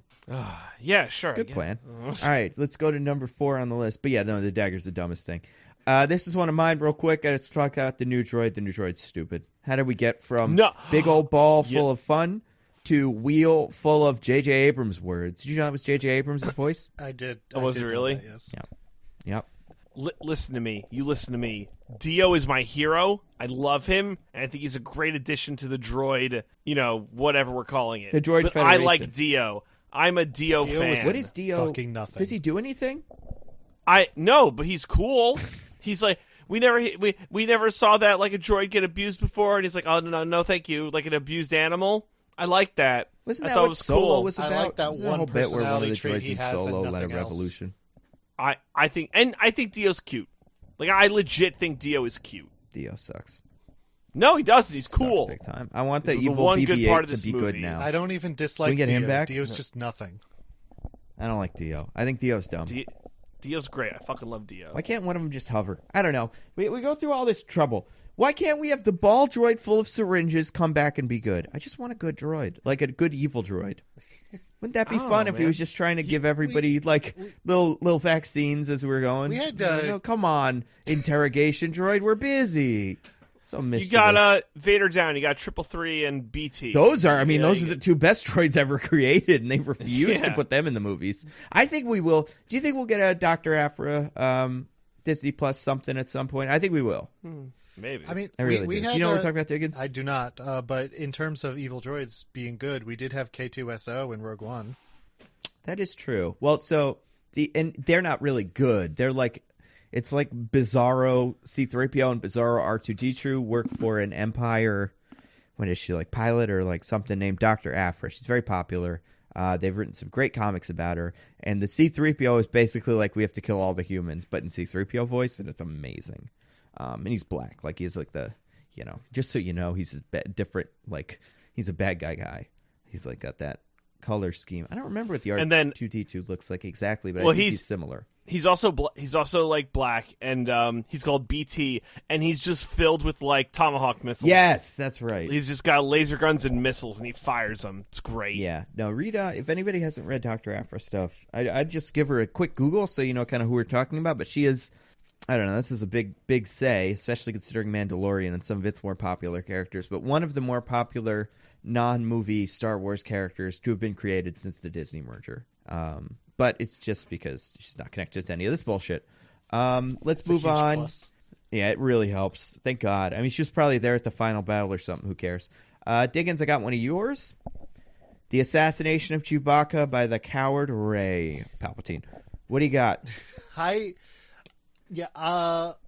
So for those, if you don't recall, and I wouldn't blame you, at a certain point in the movie, they think Chewie gets kidnapped by the First Order, and Finn tells Rey that, so she's like, "Not on my watch," and starts force pulling down the transport that they believe Chewbacca is on. But then Kylo is fighting her for it, and they're fighting for a while, and then she force lightnings the transport, and it blows up, and they're like, "Oh no, Chewbacca's dead," and I'm just sitting there like, "What? No, he's not. That'd be stupid."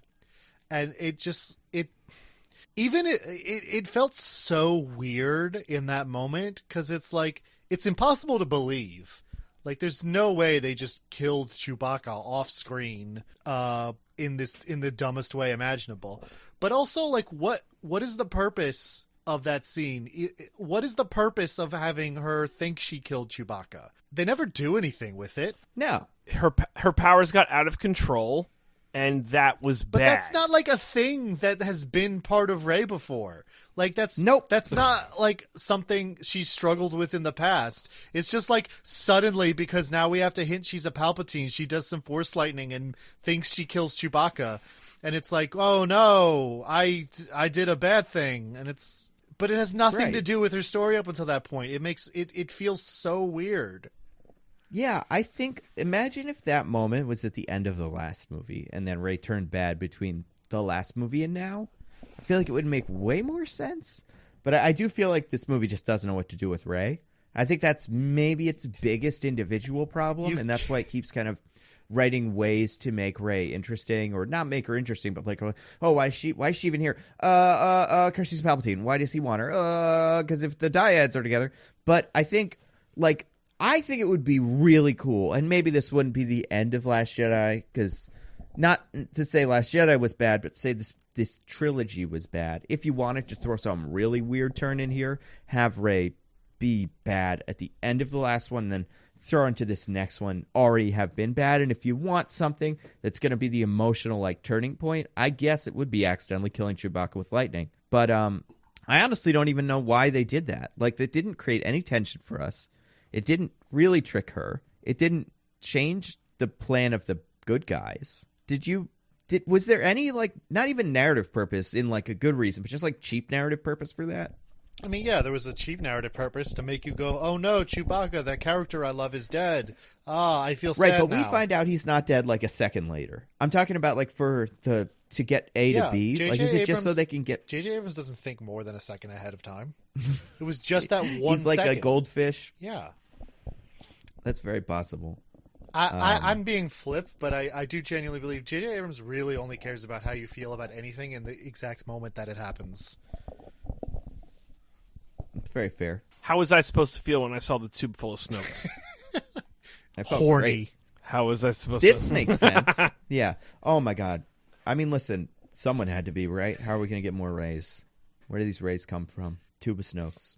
I think someone had a really funny nitpick. It might have come from my Twitter feed specifically.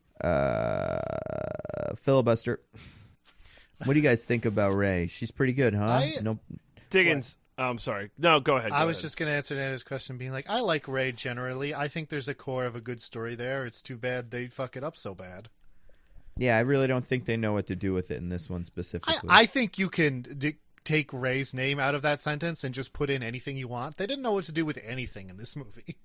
Yeah, that's fair. I think. Well, I kind of think they knew what to do with Kylo. I think he just wants to write Kylo Ren. I think that's all J.J. Abrams wanted to do. But he's bad at it. Yeah, but at least he has he takes risks, but he every takes other the character opposite does of risks. the right thing most of the time, except for Kylo, who does the wrong thing, which is the best you can hope for in a movie like this. I think what they did with Kylo in this run is the most vanilla, non-risk taking thing possible. Oh yeah, I mean they made him good. It's a tough one because it was set up so far in advance. But I think I don't know. It's a weird one.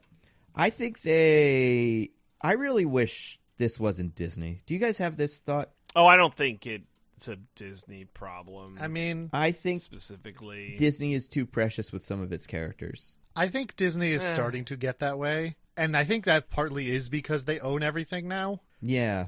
I don't think those problems are unrelated. But I think that's a big part, or most of the reason. But I do wish. I mean, honestly, I wish Disney didn't own Star Wars just so they would own less of the media landscape. I mean, that'd be nice too. Although I do think the Star Wars media landscape is gonna flatten dramatically for a couple of years. I cannot find the tweet, but the tweet was basically, and this went to me. I'm so sorry if you are listening. Just at me. I'll I don't know. I'll put your name at the end of the credits of the video as humongous superstar for a different video, something completely different. Someone posted okay, so Kylo Ren takes his ship to the planet that they're all on, the whatever the new sand planet was where the dagger lives, and then Rey cuts it in half, so can't get out on that.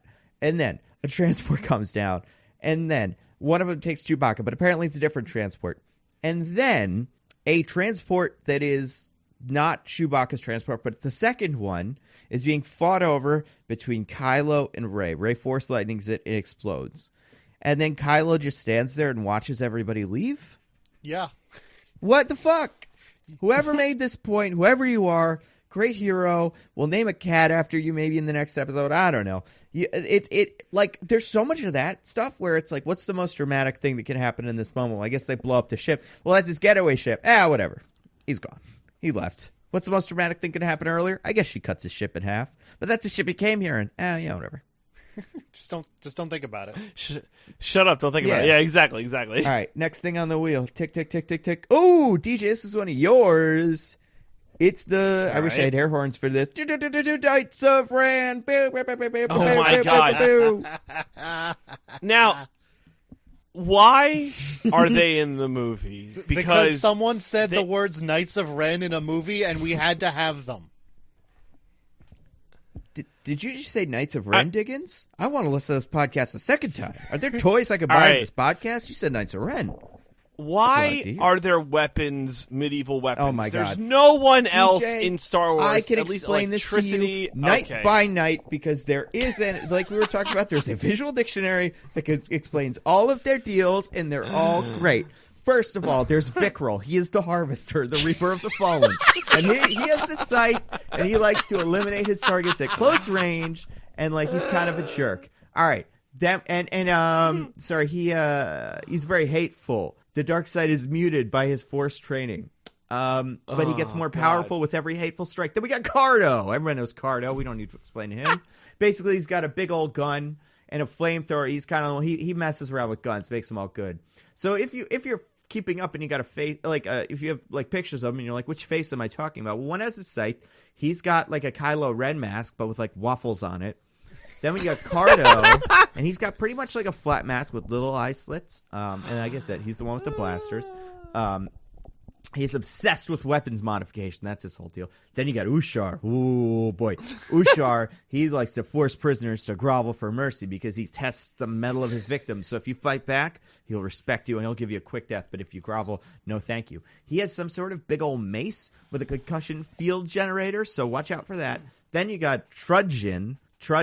He's got the big cleaver. He's got a big primitive weapon.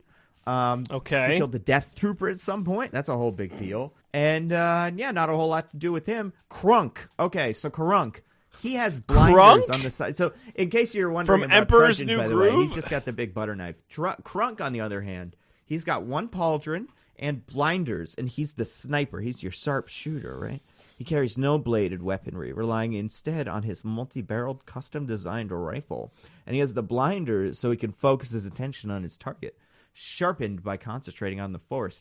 And last one, everyone is asking for, the one from that video game where you can teleport or make rats kill people, Applek. He's got a mask. What was that name? What was that game, DJ? Do you remember that game? Dishonored. This guy looks like Dishonored. He seems like he might be the leader. His approach to a violent approach to eliminating his targets. He's the strategist. He employs misdirection to trap his opponents. He has a smoke dispenser, and his nascent force abilities allow him to peer through smoke dispensers as well. He's a rough cookie, that one. He's got an axe. So those are your 6 Knights of Ren. What more do you need? I like to imagine that Kylo Ren searched the galaxy far and wide, looking high and low, just trying to find only 6 people in the entire galaxy who are less cool than he is. And those were his Knights of Ren. Well, you see, Diggins, God. and I don't even want to. I mean, I honestly is Kylo Ren ever in the same shot as the Knights of Ren When he fights them? Yeah. Right. But before that. So, do you think it might be a different Ren?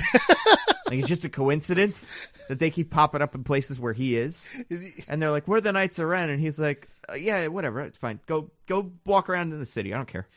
I got my things to do." I like, who do they answer to? In the theater with my friends, like I was pointing out at the time, the number of times the Knights of Ren, like there's a menacing shot of them from the back looking over at our heroes, and then they don't do anything. They don't even show up. Like, the heroes never even see them. There is no point where anyone besides Kylo Ren interacts with these guys at all. Is insane. They may exist in his mind. I'm not convinced they exist at all. He's just fighting ghosts. Yeah, because that's what it's all. He fights, he meets his, Han Solo later in the movie, but it's not a Force ghost. It's just his, imagination of Han Solo. Why wouldn't these guys also just be his imaginations? All his cool things he wants. Blinders, a cleaver, cruelty, modifications, all the cool things. Because, the shot that I think me and Diggins have the same shot in our heads, when they're doing the Zori Bliss thing where she's giving him the, token to kill the Empire.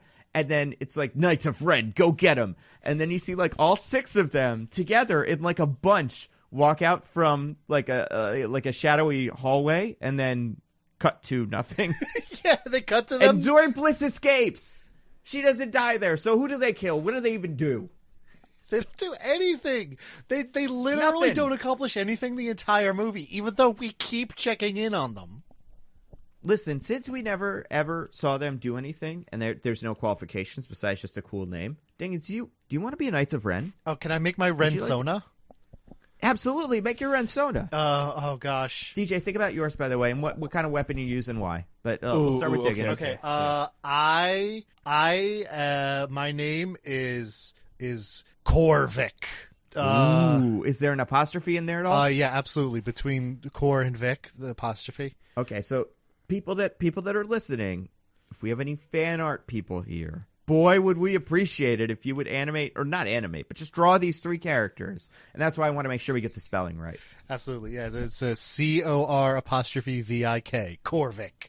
And my weapon is a flail. So it's like a handle, a chain, and then a spiked ball at the end of the chain. Except the spike ball, the spikes are made out of lasers. Holy shit! Yeah, it's pretty good. And my thing, my cool edgy thing, is that I love to tell people that you're the guy I'm going to kill last, and then I kill everyone except one other person, and I'm like, yeah, psych, actually you're going to die second to last, bam, and then I hit them with my big laser flail, and then they're like, damn, I thought I was going to die slightly later than this. Holy shit! If only Kylo had you around. Yeah, that's just my sick sense of humor. DJ, you gotta what do we call it? Rensona? Yeah. Yep. Okay. All right, so my Rensona is Reznar. Ooh, okay, good. Reznar, I like it. And I just have a totally one of those blast helmets that they wear in Jedi training. Yep. As my mask, and I'm blind. Oh my god! I use the Force to see. Oh shit! And my weapon is a chain, a really long chain, with a hook at the end of it. Oh. Damn. And like Hades from God of War 3. Exactly. Yep. So I just wind up the chin, I throw it, and then the hook goes into you, and I just split your body open, and I'm whipping the chain around, and I'm just killing everybody with this chain with a hook at the end. If only Kylo were so lucky to have you in his mind mostly. I know. All right, so mine, I'm Flando, FLAN dash, very important, D, capital D, capital O. My weapon is a guitar, and I use it to bludgeon the heads of my victims, but then as they're dying, I play them a lovely song that is what they're screaming as they die, and then once that's over, I take out my blaster and shoot them like Indiana Jones. So listen, people, no rush, but if you want to draw pictures of our guys, they don't really need to look like us.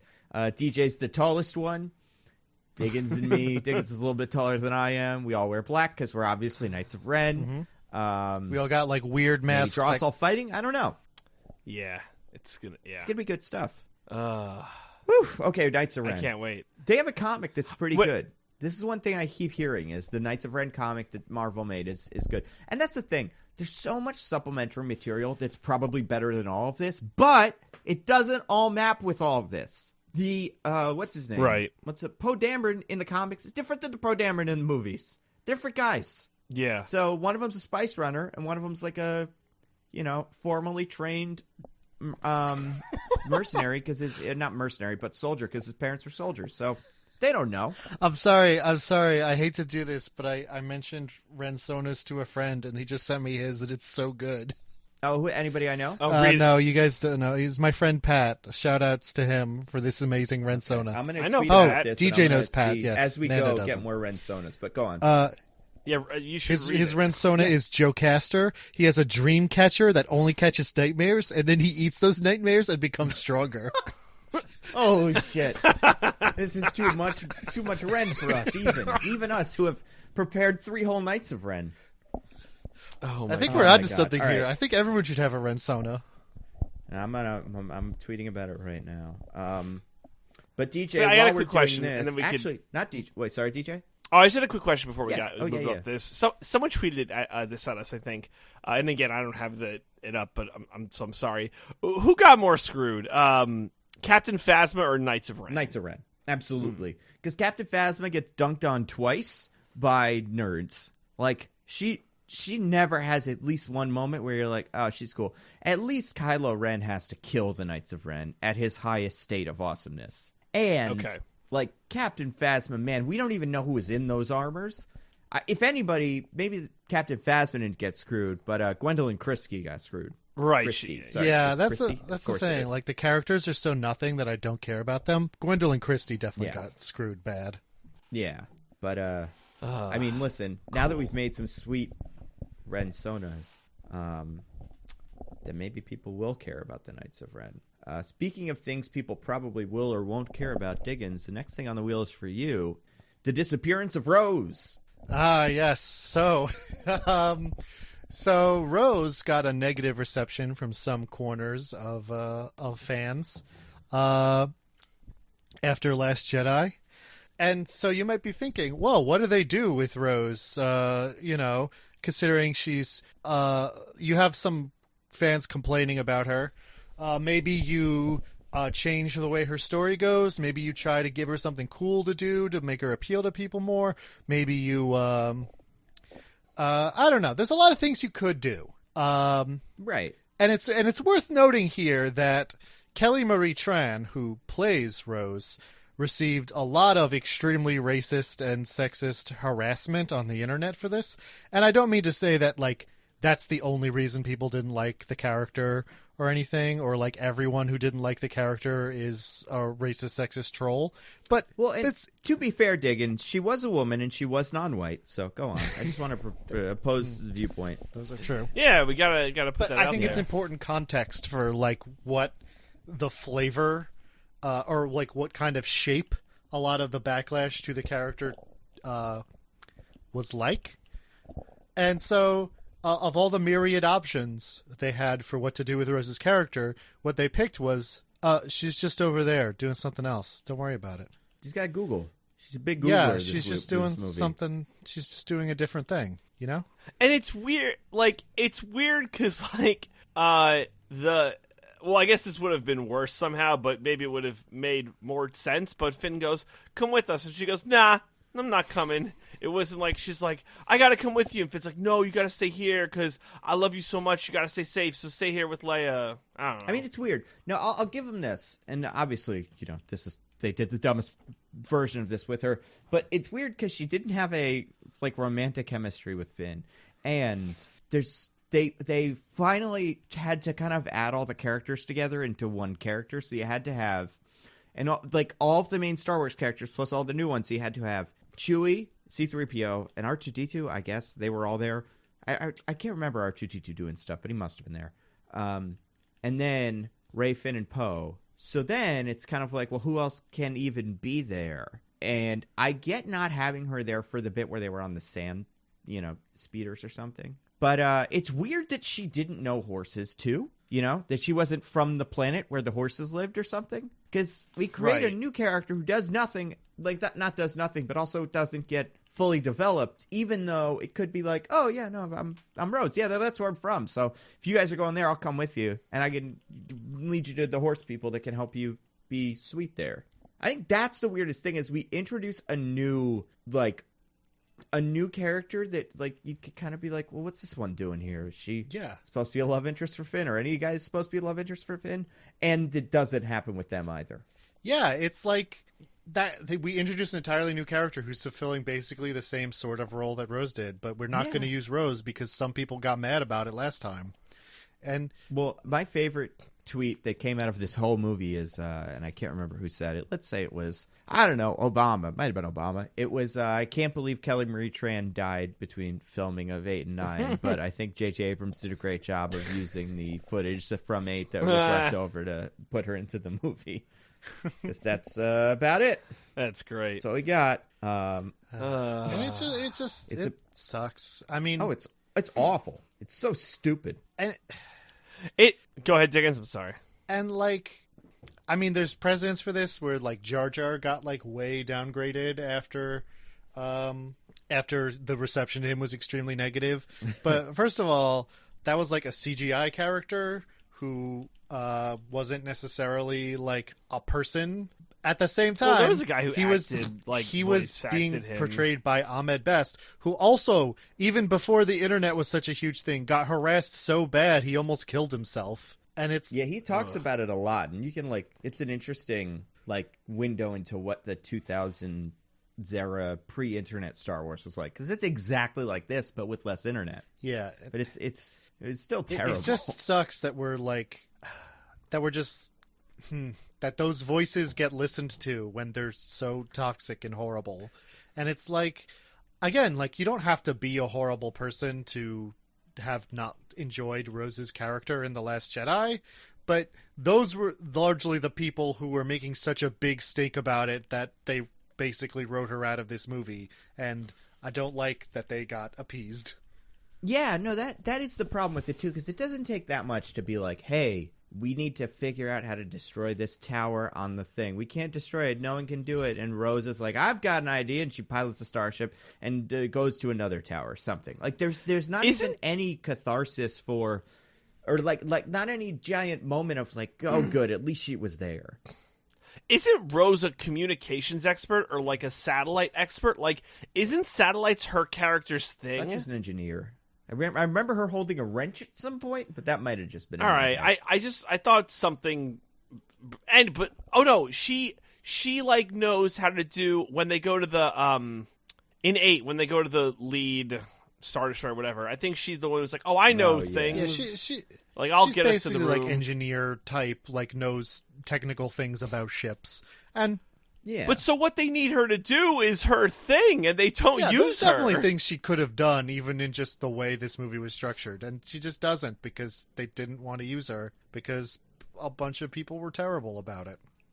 I mean, do we know that's the reason? We don't know, but we can assume. I don't think Kelly Marie Tran has said in interviews that she wanted to be a bigger part of it, and she wasn't. So I feel like it's not even like, it's like, because I would accept, let's say we were in a different version of this world where she was like, I'm not fucking doing it.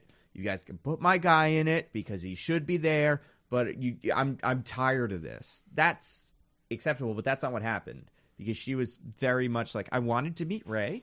I wanted to be part of the story, but they didn't let her. That sucks. Yeah. It sucks. Should have been a spy. Nando V Movies, YouTube page, whatever. Oh, she could have been the spy. She could have been the spy, but then what's his name would have had to shoot her. She doesn't have the delivery that Weasley brother has. I don't know if that's on the list, but real quick, who was shocked by that? I was kind of shocked by that. I felt I like wouldn't say they shocked.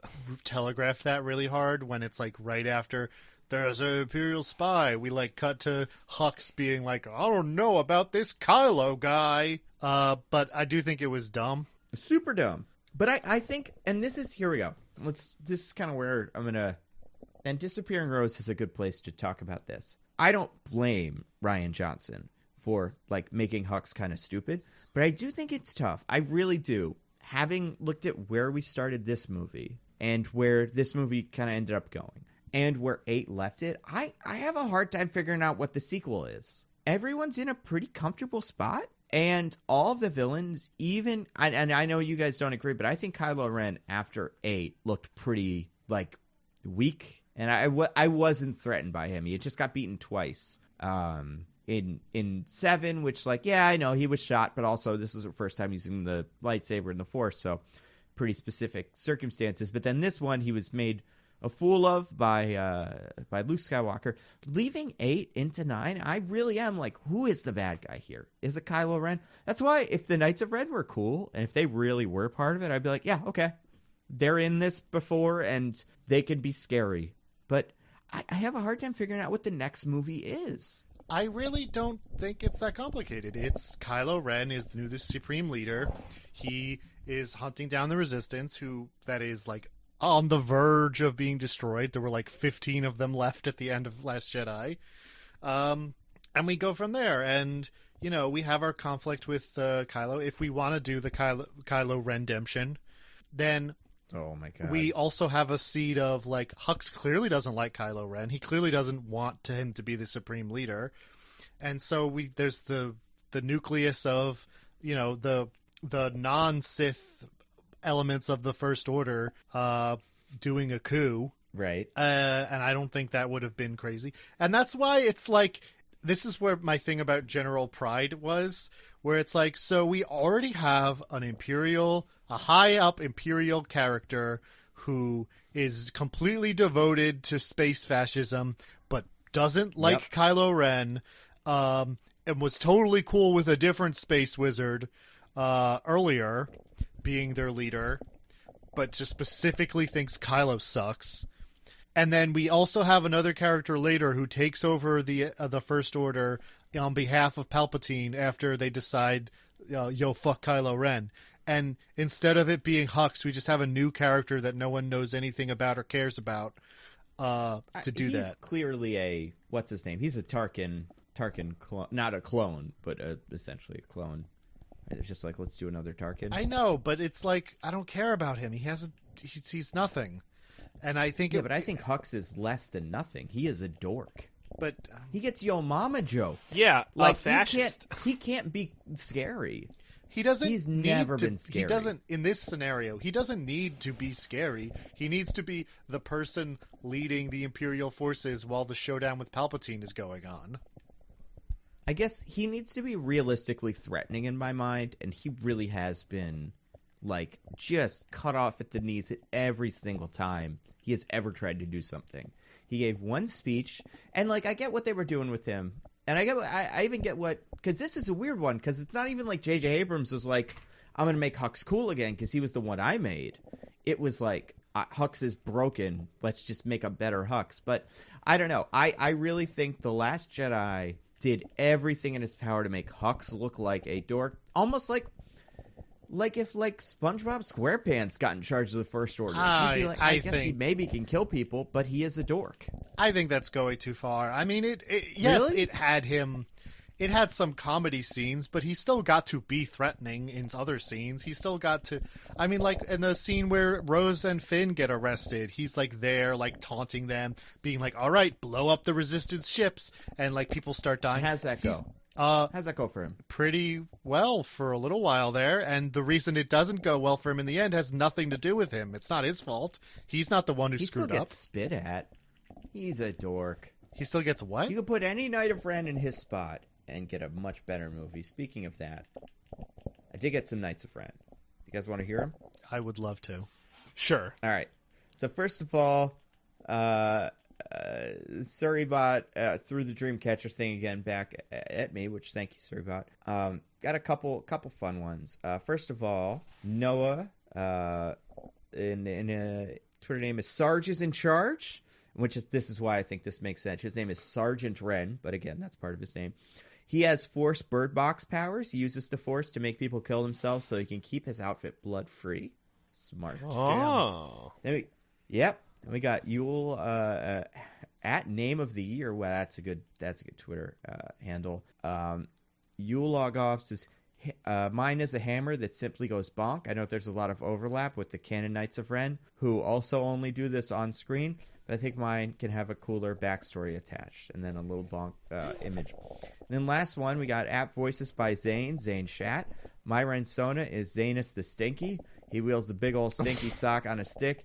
And he uses Force Stink, convincing the metachlorians to create Stink. Off-screen, he killed Boss Nass. No, not Brian Blessed. Ooh. One last one.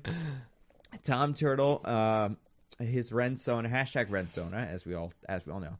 His Force powers to use the Force and make a VC headset appear and use them to jerk it in the middle of the room. And his name is let's see, I told him I would fix it. Ren Off Jerk. There we go.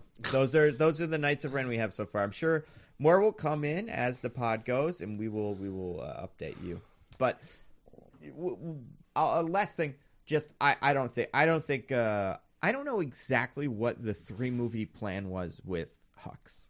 And I think there's a couple of different versions of it. It was the same as the 3-movie plan for everyone else who didn't exist. Exactly.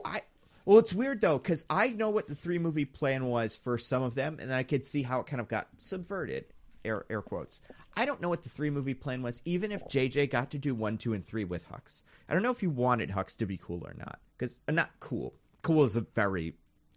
I'm just using cool as a way to go, like, tough and scary. I don't know if they wanted that from him, or if he always wanted him to be kind of a dork. I don't know. Yeah, I don't know. Ideally, you want the Tarkin model, but yeah. I can't remember from 7 if that was realistic or Hux not. really doesn't do anything in 7 is the thing. Just gives a big speech. Right. That's his whole thing. And he was in all the trailers. We were very excited about it. And he was kind of a, like, what's the word used for, like neo-Nazi, kind of like new Nazi guy? Like, that was kind of his stand-in, as opposed to your traditional Star Wars Empire figures, but...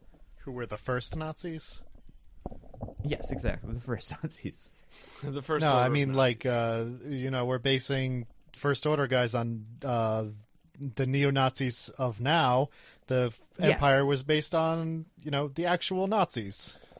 Right. So, I don't know. He was always supposed to be... He always felt like an imitation kind of guy, and I don't know. I never got him. And he got shot, and he was the spy. His spying doesn't matter. And also, he got shot by the one that they liked more than him, which was Richard E. Grant's guy. Which, did you guys see Richard E. Grant's review of this movie? No, what did he say? Did you dig it? I didn't, but I would love to hear it. Oh my god. So after it ended, he tweeted a video of him, and it was like, I just got out of the movie. Oh my god. I saw things. It was so amazing. People. Things I recognized. Tears were streaming down my face. You'll never believe it. No way. It's pretty funny. Yeah, no, you can watch this video. I mean, he put it up on the internet. But yeah, go watch Richard E. Grant's video where he talks about how much Was he being sarcastic? No. I mean, I'm sure he was still getting his check was still clearing. So I'm sure there's no way he was just like, oh, this movie's so good. This is a good Star Wars movie. It's me, Richard E. Grant, the new General Tarkin. Yeah. I hope he did it all in his slippers, though, just like regular Grand Moff Tarkin, but he probably didn't. I want to spin the wheel again. DJ, we got one of yours, Force Magic / Healing. Let's talk about, so we're about halfway into the movie right now. A lot of these are going to kind of kick in a gear. They're all kind of dominoes falling, but this one's big. Yeah, so Rey and Kylo, they have a fight. They have a big, like, murder fight like you're talking about, Nando. Murder. And Rey stabs him. She gets the goods. And then she's able to heal him, like, no problem. Oh. Now, I guess spoilers for a different Star Wars thing, Mandalorian. Yes, Mando. No pucks for you, Mando. So maybe fast forward real quick, but so we see Baby Yoda do this. Wait, there's a Baby Yoda? Is that like Baby Sonic? It's like Baby Jabba. Meow? Is that like a baby Knight of Ren? Oh my god, Reno Baby. that'd be so cute. He's got his special force rattle that he uses to break the eardrums. Listen, I've got a lot of other Knights of Ren here, but I'm going to save them. So, we see that little bit. Baby Yoda heals up the guy. Carl what's Weathers. his name? Yes. Carl Weathers. Apollo Creed. Mando. He says other things, though. So, heals him up. Fine. What do you But mean in this, fine? Rey stabs. That's not okay? Stabs. Yeah, he's okay. When you saw that in the movie, when you saw The Mandalorian, we were like, ugh. I feel like that's a pretty reasonable, power for the Jedi's have. Okay. Oh, well, okay. But in this, right, like, he's got a hole in him. She stabs him, and there's like a hole inside him. That's game over. Up until this point, that's game over. Well, up until It was Snake. Don't forget about the snake. Do you remember the snake? The snake But had like a big. the snake have a hole in it? Well, it didn't have a hole in it, but it had a, like, something. Same deal with Carl Weathers. He just had a big hole or a little scratch Grief with poison. Karga.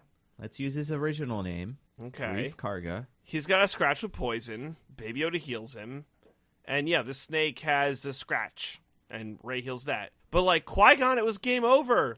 It was game over Qui-Gon for also, Qui-Gon. I mean, Obi-Wan doesn't know how to do the Force heal. Was he thrown into the tube as well? I mean, obviously, getting thrown down a shaft means nothing, but... No. Because Obi-Wan goes, no, Master, oh. And they have his body. Oh my god, what a dork. Oh, yeah, because they burn it. Yeah. Like Vikings. Yeah. Cool. So, like, that's what I'm saying is... And sure, maybe Obi-Wan didn't know how to do it, but are we just accepting this now that it's not game over if you get lightsaber? I was like, when that happened, I wasn't that worried about the mechanics of it, because I'm like, it's like canon that Rey is super powerful. She does this cool power. Like, maybe she can just do it because she's so good, whatever. Don't care.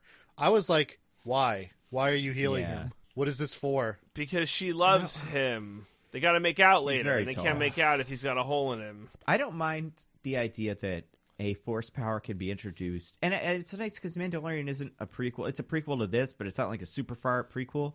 And when it's told, even when Mando, whatever his name is, he has a name, but I don't know what it is, realizes that Yoda is a force user, he tells Nick Nolte, and Nick Nolte's like, what the fuck? He's like, I don't know. He just lifted it up. It was weird. So, like, it doesn't seem like Force is that much of a thing that even if Baby Yoda did it pre these movies, word would get out. And I'm assuming all of these guys are going to die in the next episode anyway. Not that we've seen it, but just, it's not going to go well. The idea that a Force user like Rey can just kind of channel new powers that haven't been addressed yet, I like that, actually. I think that's kind of cool. And then the same thing, and that happens with the Force, like, item swapping or whatever. I don't know. Is there a name for that? We can figure that out yet? I don't know. I like that one. Well, I said earlier that was one of my favorite parts of the movie. So. Yeah. It's like that's a thing that's kind of, and even the whatever people called it like Force Skyping, but whatever it was in 8, as long as you have a new power and it's not something you were taught by an old guy, but then the old guy doesn't do it, then I think it's fine. I think the healing is a little weird because when she does it to him, then it felt very like, all right, so this is the second time we're doing it. If we have a third time when a character needs to bring another character back from the dead, well, we're going to have to break out that healing again. Like, it felt very, I don't know, like Chekhov's gunny almost. Because it was another fake death. Yeah. This movie is full of fake deaths. And it didn't make sense for, like, where that scene had gone. It was like, there was no real conflict about Rey being like, I don't want to kill Kylo Ren, until that moment where she's like, well, I guess I'm going to heal you, because I feel bad. I have no idea. What was okay, going here's through her my head. best guess for that scene is that's the scene where she sees her double lightsaber bad girl. And maybe she's like, I don't want to be bad, I'm going to be good. Because I'm the precious hero of this franchise who can't do anything wrong, even if I see Vad being, who should clearly be the villain of this movie. But that's the best I could come up with. And I'm not saying like having it be a thing where she's like, where she ends up at, I'm not going to kill Kylo, violence and murder is giving into the dark side, whatever. I mean, that's how Return of the Jedi goes, obviously, and right. I think that movie's quite good, and I think it works super well in that movie having it end up that way. But that's because it's an important theme of that movie that gets like discussed and built up to. This is just like she just suddenly decides that it would be bad if Kylo died, even though it's not really anything that's been part of her arc or that's been discussed up until this point. He's so tall. It's just He's very handsome. I was just like in there. I was just sitting in the theater like, why is this happening? Yeah, it felt pretty weird. I mean, we didn't talk about the other fake death either, which is C-3PO had a fake death. That was the worst. He had pretty weird. But that was a real death with a real scene that was like, okay, cool, this is something. That's a nice poignant moment for C-3PO, who doesn't get a ton of those. And then later, it's like, oh, but never mind, it's fine. Just don't worry about it. He loves the Frick. He's a Babu Frick boy now. Babu Frick. The Frick boys. He's a Fricky. I have a question. Yes. How coordinated was it that... So, if you're following Mandalorian and Star Wars at the same time... Oh, sorry. I hear it and I say it. Yeah. So the first time you see Force Seals is Mandalorian. Mando! And then 2 days later, Star Wars Episode 9 comes out. Yes. Was that coordinated? Yes, it was. There was apparently one specific thing that we didn't know what it was until this point. And thank God it was that and not another Fortnite message, but there was something that was going to tie them together. All right. I think it was coordinated enough that it was, and I think, and honestly, I mean, it's stupid in the movie, but I think it works really well in Mandalorian as just like, I mean, Dickens, you've seen Mandalorian? Yeah, I've watched all of Mandalorian that's out. So like, I think it slots in pretty well, and I think it really does a good job to turn episode 7 from what it starts as to what it ends as, in a way that, like, this movie couldn't have even, like, I mean, it's so great that this movie invented this thing, and they were like, Jon Favreau, figure out something to do with it, and he was like, oh, I'll make my show even more awesome, because I think it fits way better into Mandalorian than in the movie. Absolutely, yes. Yeah. Wait, DJ, what's the show called again? The Mandoboba. Mandofet. Oh, you broke me. Yeah. I'm broken. Sorry. Oh, my God. It was going to happen eventually. All right. Mandofet. Oh, fetto. I love how he says it. I really do. You know what I'm talking about, right? Obviously. Yeah. Every time he walks into the bar, and I showed this. Mando. I was showing this to somebody the other day, and I was like, I had my Disney Plus app open. I had my phone. Like, it was on my phone. It's so convenient. Sometimes it's on a TV. Sometimes it's on a laptop. What do you know? And it was like that episode where he walks in with the new armor, and I was just like, he walks into the bar with that armor on, like he is the hot girl from Not Another Teen Movie, just so slowly. And I was like, I swear to God, eventually someone is gonna scream Mando at him, and then he did, and it was amazing. All right, we're gonna keep going. We're more than halfway there. But first, I want to talk about some Knights of Ren, because I did. Did you guys get the new expanded version of the story of the movie? Oh no! Oh, it's so good. I'll ship it right over here real quick. I'm gonna do airdrop it over the whole thing. There we go.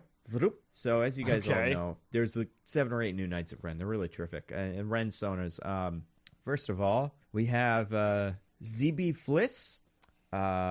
He uses the Force, he or she uses the Force to detach people from gravity, and they just float away off screen and die somewhere in space. And if ZB had a weapon, it would be a rope you can lasso enemies I sent floating and hold them like a balloon. Very good, ZB. This is from Anti-Pulsar.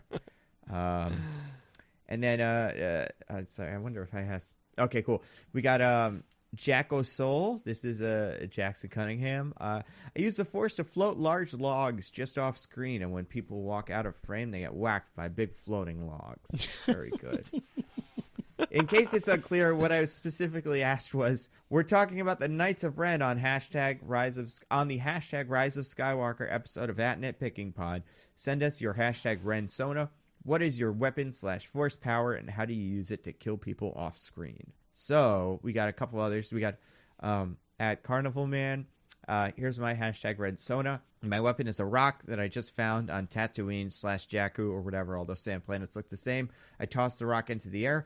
Hope to whatever force god that it hits someone or hits anyone but me. My force power is keeping my trench coat from flying when I jump off. Even wearing a trench coat. Ooh. And then another one. We got Knight Merrick. So this is one word. NIGHTMERIC. This is from Kevin Raptor on Twitter. Knight Merrick has dual wielded serrated vibro knives. That's a real thing. Is the assassin of the group, finally. Some roles. Listens to Shady Jesuits, loves their song Baby's Black Sabbath. Former Imperial Marine, hates the Eldar. Don't know what that is. And then we got another one, last one before because I'm sure we'll get a billion more. From, I got to give this one a name. Fanlocks, has Force plot armor. I don't use it to kill people. Instead, I'm at every lightsaber fight where the environment was being destroyed, and I don't die, smiley face. So we'll keep an eye on those. I'm sure there's some more coming. But before that, we got to get to something. I think this was when Diggins is on the wheel. Leia's, whatever that was. What do we got, Diggs? Oh, yeah. So in the big fight scene, the 7th big fight scene between Rey and Kylo Ren, because literally every scene of this movie is they go to find an important item, then they find the important item, then Kylo Ren shows up, and Kylo Ren and Rey confront each other in some fashion for a little bit, and that just happens 4 times in a row. Love it. But anyway, this is actually a separate complaint than that one. Or a separate nitpick. Sorry, I forgot the hashtag brand. Mostly complaining. Yep. So during that fight, Leia decides she needs to reach out to Kylo Ren, even though she has no idea what's happening, because they have explicitly set up that they can't contact the Millennium Falcon, and so they don't know what the crew is up to. But she just is like, I gotta go lay down and try to talk to my son. And then she does that, and he gets distracted for a minute, and that's how Rey stabs him. But also that kills her. I don't know if it's because of the stab or just because of the exertion of reaching out to him. It's not clear. It's not clear what effect this really had on him, or what she... It made him pause. I mean, yeah, but was she just trying to distract him so that Rey could get a blow in, even though, again, she had absolutely no way of knowing that they were fighting at that time? Or was she trying to turn him, be like, hey, it's your mom, cut that shit out, be a good guy again? And it's understandable in the sense that they obviously didn't have Carrie Fisher to film more of this with. So, you gotta work with what you got. But the scene is just a complete fucking mess, and it is impossible to tell what is happening or why, even more so than in the rest of the movie. I was gonna say, if you didn't say even more so than the rest of the movie, I would have been like, we can just pepper this this sentence throughout the podcast. There's probably a lot of other dead zones where we can just throw. I seriously just don't know what.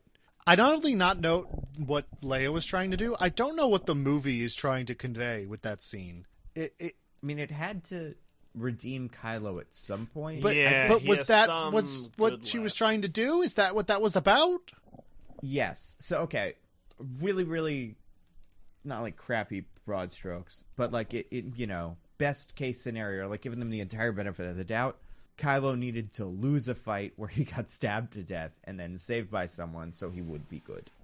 He needed to know mercy or something. I think that's the best kind of... that's the best explanation I can give for it. It's just they had to make him seem... They needed to show him being vulnerable in a way that he hasn't been before. I guess. That's all I got. But it's not... I don't know. It's such a weird way to do it. And... Again, Carrie Fisher has passed away. You got to do the best with what you can with what you got. But at the same time, this cannot possibly have been the best they could have done with what they had. Yeah, I don't know. It's such a weird situation. I guess you needed to have a way for Kylo to be distracted in that fight because he couldn't just lose straight up. Why not? I guess. I don't know, man. I think there needed to be some sort of not there needed to be, but I understand the idea of having some sort of familial something. Having him... Because he should, on his face, be a better Jedi than Rey. He should be better at killing people with lightsabers than her. And I think that's acceptable. But then it's well, why doesn't he just beat her outright? Maybe he is having... I think you could maybe swap the two meetings. Have Han be the thing that distracts him. Because that's that's the guilt on his conscience. And, homeless Han. And that's in his head. And then maybe he gets distracted for a second, she kills him, brought back to life, and then Leia, I don't know, maybe gives him life force, or it's just you're okay, it's not such a bad deal. But I understand the problem with that is you can't just have her say, Kylo Ren, I know you're dying, but you can't be dead. You have to give Han the lines that are the explanation lines. I mean, God. But, can you imagine if that scene with Han was Carrie Fisher instead, and she said, I know to him? That would be really nice. Yeah. Way better than Harrison Ford. Yeah. Yeah. But she's dead, though. Yeah. Just like Kelly Marie Tran. If she dies in the next 2 days, I'm going to feel like a dumbass. A real dumbass. Her, Admiral Akbar. The whole... Oh, God. We can't even win. At some point, someone will probably be listening to this, and all of the actors we're talking about are dead, and we're not trying to make jokes. They just all did die because time. Yeah, we'll be dead at some point. No, I'm going to live We're forever. going to be in The Matrix, or Cookies, or whatever Black Mirror wants us to be in.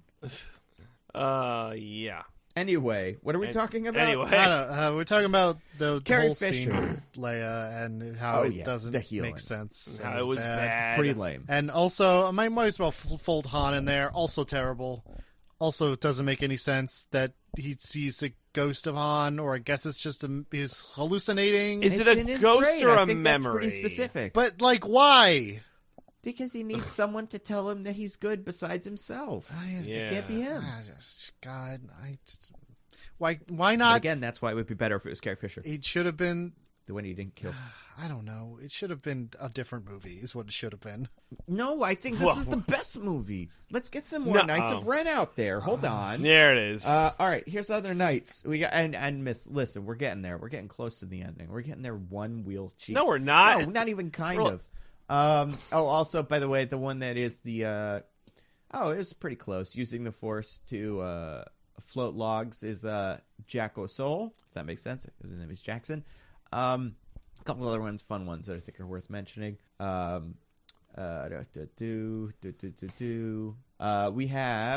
and I'm going to have to give him one. We're going to call him Kurt Them. He lifts and drops an anvil onto unsuspecting enemies, reducing them to pancakes or occasionally accordions. This is Kurt Was Taken. Extremely good. So that's another knight. Good, like that. important knights. We love our Knights of Ren here. Okay, so this one's tough. This is from. Yes, this one also doesn't have a name. We're gonna call this one.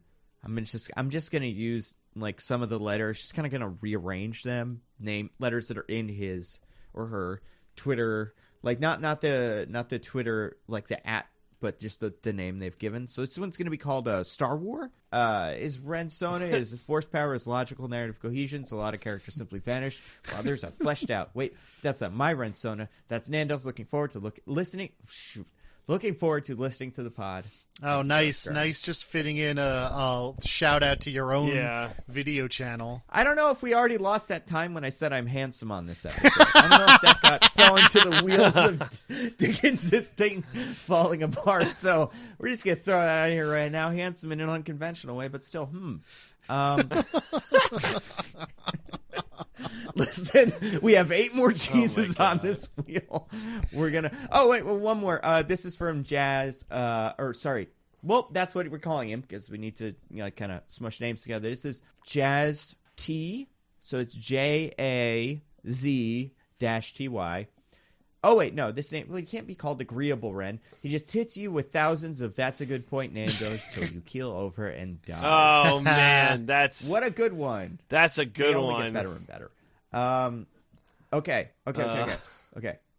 We got some more stuff. There's a whole lot of wheel left over. Leia's whatever it is, very good. Luke's plot box. So if there was, it's you, right? This is me. If there was one specific thing that pissed me off more than anything else in this movie. Do you guys remember when Carrie Fisher died? What they said they would and would not do? No. I do not remember that at all. They would not recreate her using CGI. They would only use old clips of Princess Leia and General Organa, or whatever we're calling her, like clips from the first one, and I guess the second one, but it seemed like they mostly were using the first one. I imagine that's why the base was pretty much the same base as the first movies, because the backgrounds were the same, made it easier, and she had the same, like bun hairdo. And yet, and we have, so there's, at this point in the movie, 2 lightsabers in play. 1, really. Yes. Because Kylo Ren has tossed his into the river. So it's really just whatever lightsaber Rey had, which is whose? Luke's? You're right. Remember how Luke's old lightsaber got destroyed? Oh, technically Anakin's lightsaber. Because that's what that one was. Got destroyed at the end of Last Jedi. The crystal broken in half and all. Well, just forget that. She has it again. Don't worry about it. Okay. So a blue one. A second blue one. There is a green one still floating around in the ether, but it's not that. Like that one, I don't know what happened to that one. But it should be somewhere, right? The green one should be that's somewhere. The one Maz Kanata should have. Because that's the one that falls down the pit in Cloud City. No, that's the blue one. That's the blue one. Oh, that is a blue one. Right. Then Luke builds the green one, and so that's his. And then he just he beats Darth Vader, and it's like, I guess I'm done with this. Let's recycle, reduce, reuse, recycle. That's how we keep the Empire going. But anyway, so there's 1 lightsaber in play at this point. However, and this is very important because Kylo Ren is still alive, as you just pointed out. there are two main characters. And one of them has just turned good, and one of them is still good. So they can't share a lightsaber. How hard would that be? It'd be impossible. Couldn't be done. So, Rey goes to Ahch-To. Is that what it's called? Ahch-To, yeah. Ahch-To. Yeah, I never knew how to pronounce that. The planet with all the porgs. And she throws a lightsaber into the crashed wreckage. Best part of the movie, there are porgs again. Bam. Yeah, that's right. The porgs are back, baby. I assume that's what everyone's been eating. Is that not what you assume? We've never seen another winged creature or anything just protein-based. Like, have we ever seen anything else been eaten in the new trilogy? Yeah, it's porgs. It's a complete porg-based, like, economy. They're everywhere. You just don't see them because they're in factory farms. Ahch-To is like the Ireland where they're just porgs roaming free or whatever, you know. But in reality, they're just cages and cages of porgs. That's why it's like, why are you giving Chewbacca such a hard time? He needs to eat. What's he going to eat? Those caretakers, I guess. But anyway. The fish people, yeah. Luke has a plot box because we need 2 lightsabers. We only have 1. We need 2. So Luke says, hey, well, first, because she killed Kylo Ren, but then she didn't, but it's fine. She goes to Ahch-To, throws the lightsaber she was wielding into the fires of the crashed. Wait, is it on Ahch-To? Yes. She flies his X-wing to Ahch-To. She flies his TIE fighter to Ahch-To and then destroys it. TIE fighter, sorry, yeah. Right, okay, cool. Yep. And then she throws the lightsaber in. Wait a second. What happens when she throws it? It explodes. It falls right into the fire. And then she doesn't have a lightsaber anymore. Mm-hmm. The Emperor's like, hee, this is my plan. This was my whole plan the whole time. Yeah. This makes sense. This makes more sense than before, I guess. But no, DJ, do you remember the line? And can you throw that line read at me? Because I think it's a big old line read. What he says? Yes, exactly what he says and how he says it. Oh, a Jedi's weapon is not something should be treated with more respect. Respect. Yeah, but you guys didn't let it fall out of the right side of your mouth. It's this. A Jedi's weapon should be treated with respect. I think that's a little much. It's a little much. I couldn't handle that line. Besides all the retconning and, you know, obviously the extreme slight at Rian Johnson, it where he goes, I was wrong, my bad. It tripped out of my mouth. And I think as a plot point, or as like a point of character progression, I understand him having learned the lesson of that, but it just felt much more heavy-handed than even I was willing to accept. I don't know. That was just me. No. But when he said that, I was like, cool, thanks. Yeah, great. Backflips, rocks, all the stuff you said from before. But anyway, a lot of good stuff there because then he's like, here's one lightsaber. But again, Ben Solo, good guy. What if you wanted a second one? Well, there is no second one except that green one that who knows where that went. If only there was some second blue lightsaber that some second Jedi had. But again, we're out of Jedis. So then what happens? Diggins, can you describe this scene to me? How this progresses and how we get a second lightsaber? Basically, Ghost Luke is like, oh, well, luckily for you, I have here in this random corner just a box where there's another lightsaber that I used when I was training Leia. And then we cut to CGI Leia and CGI young Luke doing a lightsaber duel. While Luke's like, she was going to be a Jedi just like all you fans wanted. But then then the Force told her, the screenwriters told her that if she became a Jedi, then her son would die. So she said, nah, I'm good, actually. And that's what happened, and no one talked about it until now, because I don't fucking know. I don't know. It's all, It's so stupid. Nothing. I so really defeated. didn't hate any individual thing more than that because it was the one thing they told us they weren't going to do. CGI Carrie Fisher, and they did anyway. It was weird too because it was just the face inside the weird like training whatever. And it was weird. Like it felt like. Do you guys remember when Pepper Potts lands in the end of Endgame in her Iron Man helmet? I've seen this movie like a million times, so if you saw it once or twice, maybe you won't pick up on this, but there's something wrong with the tracking on Pepper Potts' face, where it kind of bobbles around a little bit. Same thing happened with Leia. Not as bad, but similar. And it was like, oh, come on.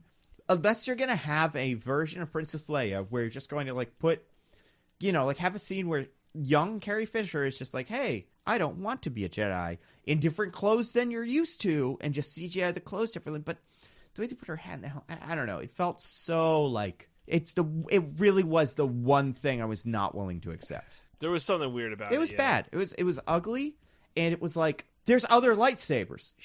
Kylo Ren could get any lightsaber. That's all it was just to give a second blue lightsaber, to put another lightsaber in the pool. It's Hate it. I'm sure listeners could have been able to tell by now. I just feel so defeated by this movie. Yep. Yeah, I just said it. Well, we'll go forward one thing on the wheel. Star Destroyers. So Star Destroyers are a big part of the end of the movie, so I think having killed Kylo Ren and not killed him, we've crossed into Act 3, which is just like, man, you remember all the Act 3s before? Well, imagine if they were all one big old Act 3, because that's what this one is. All the Star Destroyers are all a Death Star, and they can all shoot a planet, and they all come from under the ice, like, or under the water or whatever of Exegol. The concentrated evil that just, like, hangs out on Exegol or fucking whatever. And all the dudes have been building them. They're so sweet. You guys would never even believe it. They're the girlfriends from Canada of Death Stars. Were they using, like, the Force to build them? Like, how was that going on? They were just building them all this time. Well, you didn't see in the back. You know how there was a tube of 1.5 Snokes? There's also a million tubes of 1.5 Star Destroyers. So they use the one, and then they pasted the other two halves together. That's why some of the Star Destroyers are just two fronts. This was so annoying that it was just like... I do understand, and to be fair to J.J. Abrams, I understand the power creep kind of issue here, which is just, okay, so we did a Star Destroyer. That was like something that was difficult. Now it's a Death Star. That's episode 4. So we went from Star Destroyer to Death Star. And then we went to episode 5, which is like super Force user. But then we went back and we did another Death Star. And that's 6. Now in 7, Mega Death Star. Ooh. And then it's like, where do you go? And the answer is, you don't. Like, this is why you don't make another Death Star in 7. And Rian Johnson, for all of his mistakes or whatever, like not like mistakes, but all of the things he didn't plot out super well with, like, not like, doesn't seem fair. He didn't leave, I wouldn't say he left JJ a lot of like, oh yeah, pull on this thread. But he did not make another Death Star. He did that very nice thing of not making a second Death Star. Or Starkiller Base, whatever it's called. And yet, J.J. Abrams made a fleet of like 10,000 Star Destroyers that were also Death Stars. What the hell? What's in them? Oh, well, it's like technology gets miniaturized, so they were able to miniaturize a planet, killing whatever. Kyber crystals? No, those are lightsabers. No, but we know Kyber crystals are what makes the Death Star go. Yeah, that's canon. Rogue One teaches us that. That's right. Whoopsie daisy. I believe. Yeah, no, you're right. Kyber crystals. No, you're correct. You're correct. So yeah, it doesn't. So where did they find them all? I don't. Exegol. Oh, Exegol maybe has that's all Kyber crystals. There's a mine. There's a Kyber crystal mine. Right, but only the Exegol. evil Kyber crystals. So you can't make a good lightsaber with them. You can only make evil red lightsabers or Death Stars. It's the only thing you can do with them. That's so weird. Oh yeah. So. Yeah, no, it really pissed me off, all the Star Destroyers. Also obviously, you can't tilt them around even though there are horses on them. Oh, my God. Let's talk about horses. What if there were horses? Can you imagine? So I think I said this earlier, like years ago, where it was like, can you imagine if you were writing episode 5 and someone told you that episode 6 was going to end on a forest with little teddy bears? I think you can do that now, but just like, can you imagine if we were writing episode 8 and you knew episode 9 was going to end with horses and horses would help beat the Death Star or the Death Star Destroyers? I don't know do we even have a name for them? Just Mega Star Destroyers or something? Oh, man. Also, that Huxes. Mega Huxes. Also, that it's going to end with Finn being like, I'm going to go sacrifice myself for even less reason than love if I was going to do it before. And Rose is there again, but this time she's just like, okay, cool. See ya. Do whatever. Like, fucking, are you serious? Hate is not the answer. I mean, she was busy doing math or like mathematics or what was she doing? She had like a thing. No, but there's literally, she is with research. She is with Finn and new character whose name I forget, and is like standing there and like watching them go, and it's like, are you fucking serious right now? We have to undo literally everything? But what was her... She was researching Star Destroyers. That's what it was. Yeah, she was doing research. She was researching Star Destroyers. Research. For General Organa. No, I'm talking about later, during the battle.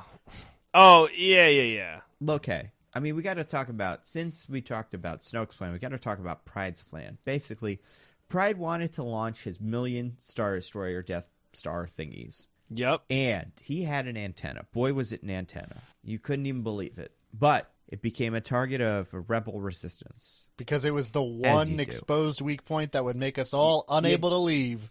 Really should have... But, buddy. He had a second one of those. He had two. So if one failed, the second one was fine. 3, well, I mean, listen, if that's the case, they probably don't want us to win this at all. So he had one on his own ship. His flat, traction-filled ship. And you could cancel out any speeder on the ship. What's a speeder? What makes a speeder different from an X-Wing? You could jam a speeder. Look at you jam an X-Wing. Because why did it just jam the motorcycles? Let the cars go. X-Wings have Norton antivirus on them. I was gonna say, yeah, they have extra anti-deployment software. It's very good. It's much better than the... What did they think they were... Did they think they had those stupid tread cars from earlier in the movie? I remember when they... Because they fly now scene. That was the first scene that got released as part of the like promotion for the movie. And I remember a lot of people were complaining like, why do they even have little treads? And there were a lot of people that were like, oh my God, everybody has to complain about everything in Star Wars. The funny thing about that scene is Finn beats them by just like throwing a chain on their little treads, and their little treads just explode. And it's kind of like, yeah, all of the weaknesses that the First Order and Sith and Empire plans are all really obvious from like a meter away. You if you know what they are, yeah, that's how they're gonna lose. Their second antenna, that's gonna be the thing. That meter exhaust port, that's gonna be the thing. That's only in the moment that you're like, oh yeah, I guess that's a challenge, I guess. But the antenna thing really gets me because it's like, all right, we've figured out how it's exactly like the Death Star, and then they get there, and the second, it's not even like they do it, and then like new wrinkle appears, and it's like, whoa, man, this is an exciting action sequence. It's like they get there, and the general's like, oh, looks like they're going after the antenna. Well, better change to the second one. And it's not like part of the exciting up and down of the action sequence. It's like literally They just get there, and the goal is different now. And like we get to this point where it's like, what if the horses did it? But I don't see a scenario where the ships also can't have done it, right? Like why can't the ships would have been jammed or whatever? Like Poe and not Porkins, god damn it, Wedge. Poe and Wedge, right? Porkins. Are two main guys. Why can't they just shoot it? Yeah. They don't have horses? Yeah. The angle? Yeah, sure. It's so good.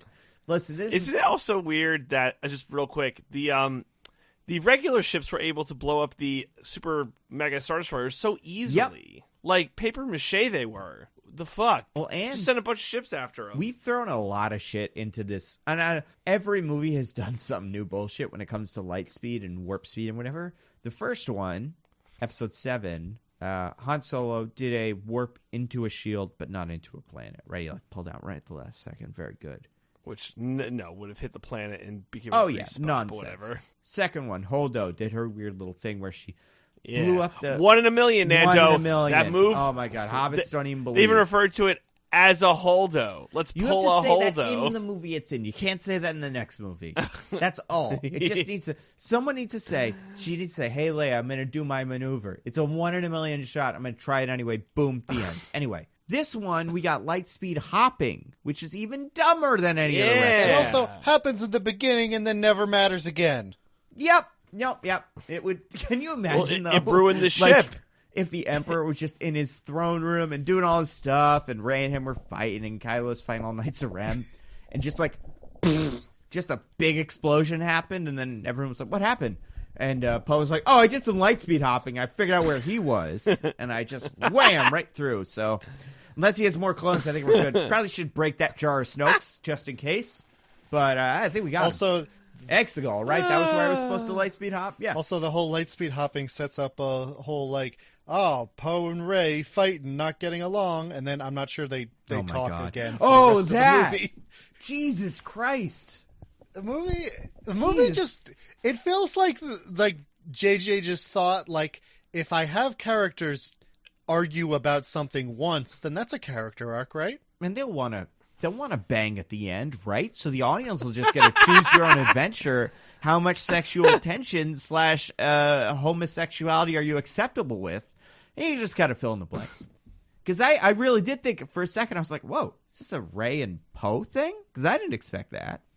Finn could not be more iced out in this situation. Yeah. There is no triangle Finn could not have imagined more than this, but they don't agree, so I guess that means they're going to, something's going to happen.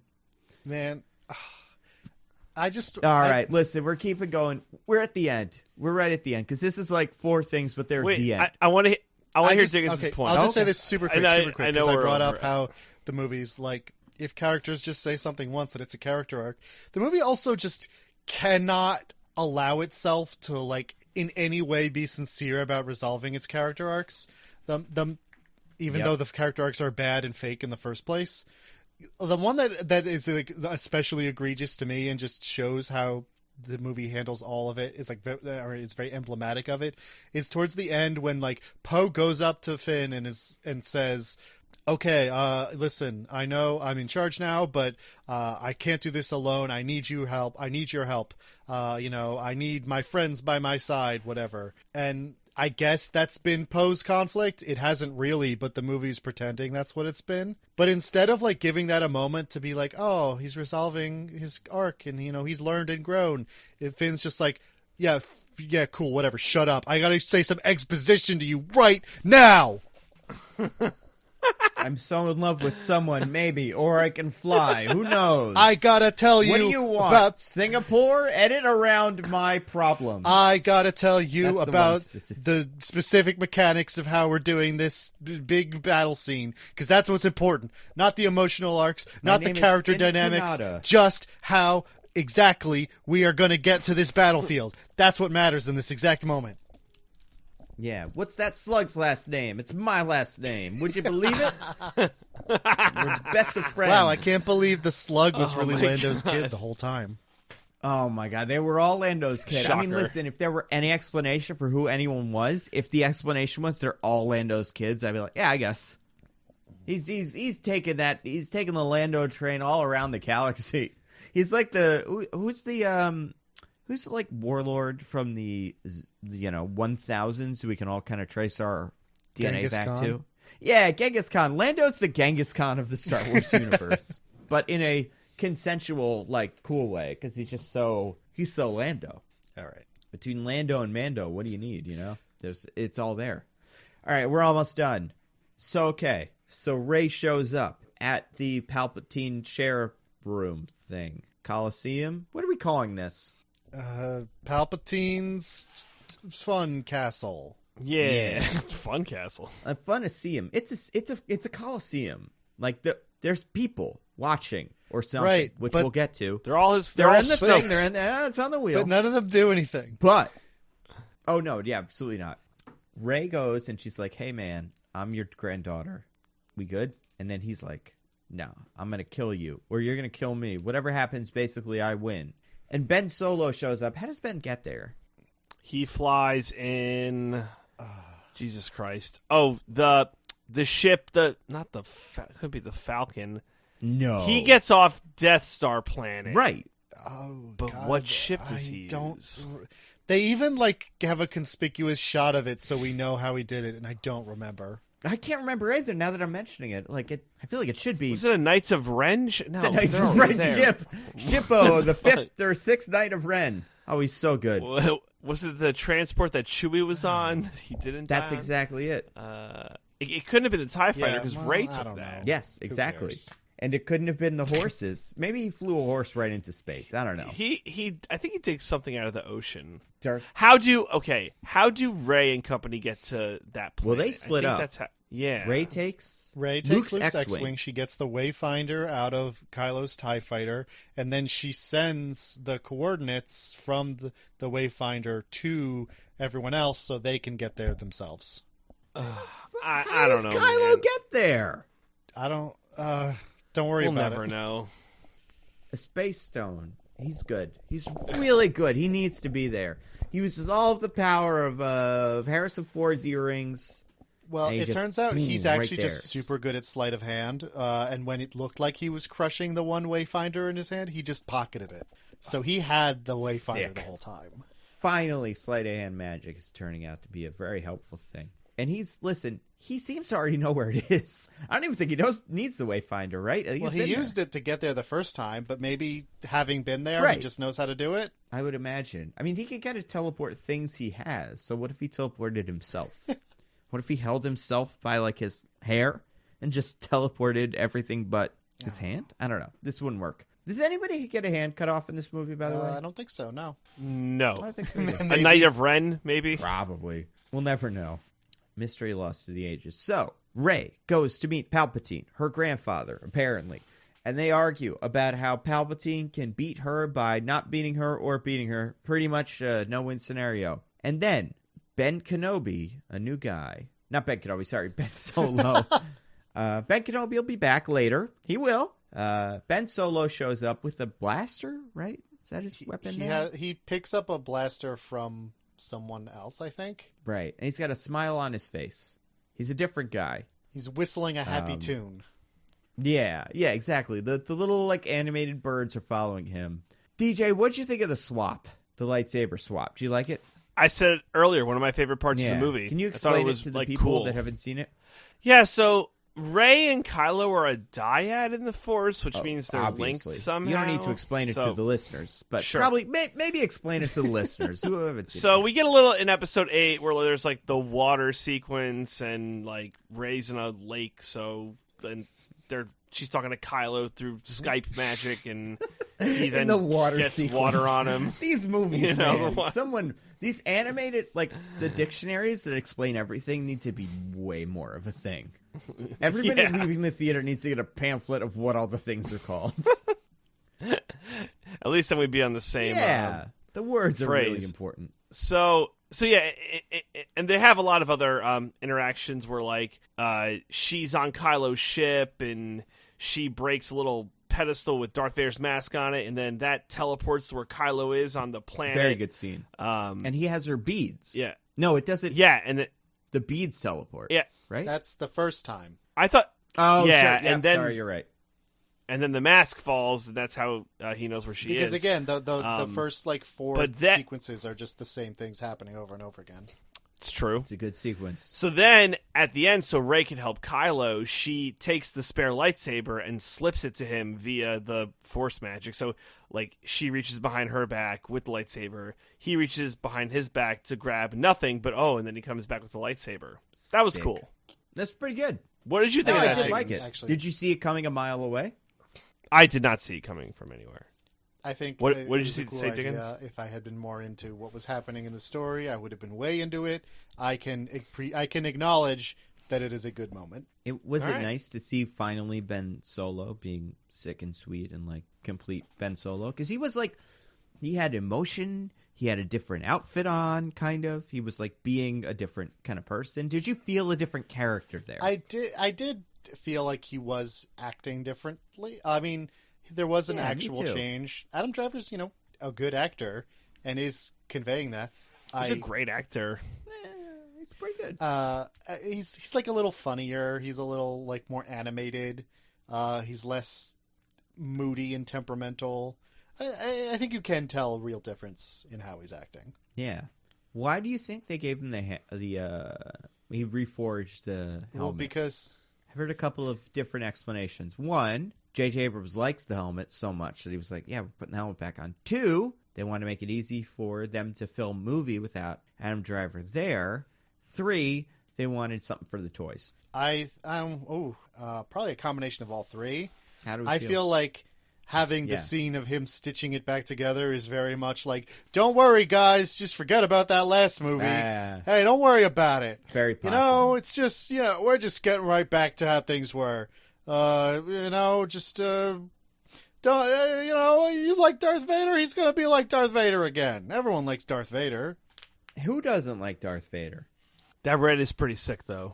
There was one line where a stormtrooper says something about that I thought was pretty funny. What do you mean? Doesn't like a stormtrooper be like, oh, the red lines are cool. yeah, Oh, yeah, I do remember that.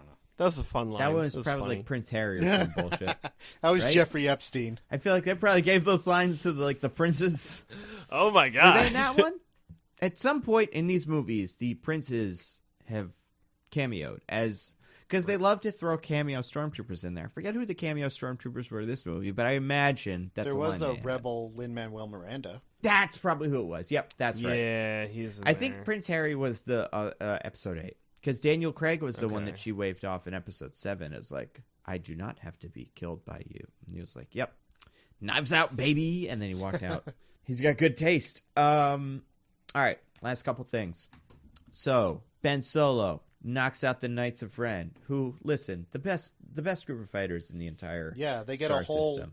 10 seconds of a fight scene. We know all. We don't know some of them. Some of them I'm just reading on the holocron. It just got emailed to me. Leviathan. Oh no, sorry, we got his already. Where's one I really liked? Oh yeah. Oh no, we got that one already too. God damn it! It's because of like how Twitter. Oh yeah. Oh, that's my favorite one. Okay, so this is from Scotty on Twitter. His name is Soka, SOE-KHA. I have a belt of glass spearheads filled with random poisons / liquids from creatures, poisons from frogs, bioluminescence from fish, flammable oil, stomach acids, and other dangerous concoctions that I force throw onto my foes for any circumstances. Honestly, best one we've heard so far, as in a like practical sense. I like the assassin. Yeah, I think that's thought the fun. Just like assassin was all cool. the stuff, and then it's like, yeah, deal with this. You don't know what it is. I'm not that specific. It's just like if something hits you from me, you might explode. But I'm not the frog poison guy, so you can't have frog poison on hand. Also, Deviant Porg. Very excited about this one. My power is Suim, and we're going to say that's this character's name, Suim. It stands for something, which I will describe. So this is the Deviant Porg's explanation. Camera on me, I'm here. Camera on the enemy, he's here. Camera on me, I'm here. Camera on the enemy, he's not here anymore. Ooh. Camera on me, I'm still here. Suim, and I would never talk. And Suim stands for shut up, it's magic. It's pretty good. Let's see. There were a couple. I like A that. couple others. We got. This is a good one. Oh man, how did I miss this? Okay, great. All right, two more. Wow, I'm so ready for these two. First one. This is I'm gonna call this one Skunk Ren. The only Knight of Ren who lives on forever is the big cleaver guy, looking like he was trying to audition for Organization 10. Or sorry, Organization 8. 13? Oh, sure, 13. Yeah. 13? Wait, what is 13? Yeah. That's way far in the It's- future. Oh, no, it's from Kingdom Hearts. Oh, okay, sorry. I assumed it was just whatever the new movie was, but very good. No, it's from Kingdom All right. Hearts. Last one. My race Sona is just a Bionicle because that's all they are. Evil Bionicles. My first power is to the intricate and expansive lore of the Bionicle universe. My weapons for killing others off screen are pictured above. Picture of the white Bionicle. And my name is Toa Ren. This is from Tennyson Miller at Tenna _ Juan on Twitter. Everyone follow that. The best answer. Damn. Very good. Very, very good. That's our best Yeah, one. honestly, easily. they're all Oh my Bionicles. God. They all painted themselves black to seem cool, like because it was like, "Ooh, I'm a mystery one," but really, they're all Bionicles. All right, we're gonna power through these last four. Schrodinger's Ashoka. How does that happen? All right, so Diggins? this is just Rey, Kylo shows up, and they're like, "Oh, we're gonna kill you, Palpatine," and Palpatine's like, "Nuh-uh, because you are the Force dyad, and I can steal your energy and be alive again." Oh, so Obviously. obvious. How did she even fall for that with the whole Force dyad thing being sown throughout the last two movies? Yeah, clearly. And then he's like, "Aha, now I win," and he like throws Kylo Ren off a cliff. and Oh then, my god. Yeah, that's how you kill people in these movies. He should know he was killed by a cliff throw. That's his main thing. Can you imagine? Oh my god, so embarrassing for him. Then he shoots lightning at Rey, or Cersei shoots lightning at the other people. He's like, Luke won because Vader, his father, was there, but I'm the only family you have here. Now I'm going to destroy your other family. Point out that the people up there are your found family, and thereby undermining the point I was trying to make here about how I'm your only family. Not Finn, right? Other than Fuck Finn. Fuck him, I guess. But, I'm just going to explicitly point out that you have a family besides me while I'm trying to make you feel bad about me being a family, I guess. And then he shoots lightning at her also. But then all the Jedi talk to her, a thing that gets set up with one line the first time Rey shows up and then never mentioned again because it's not part of her story and has nothing to do with anything. She loves the Jedi. It's her favorite thing. Let's throw out some names of Jedi. I got one. Samuel L. Windu. He's in there somewhere. 2 Obi-Wan Kenobis. Yes. Oh, really? Do you know how they got the Alec Guinness? Isn't it just Do you know how they did that? Recorded lines? He says, hello there. He says afraid, and they just got the Ray from afraid. Oh, no, that's even worse than the Carrie Fisher thing. Oh, my God. Might as well throw Tarkin in there. Have Tarkin's fucking Clayface figure from Rogue One show up, too, if we're going to desecrate. Oh, God, that's awful. That is awful. And then Ewan McGregor filled out the rest. Yeah, whatever. I mean, he's a real person that's alive. Yeah. That is, Alec Guinness hated these. Well, I am his ghost furious. is his Force ghost is Ray. probably He pretty used the pissed. word Ray. Ugh.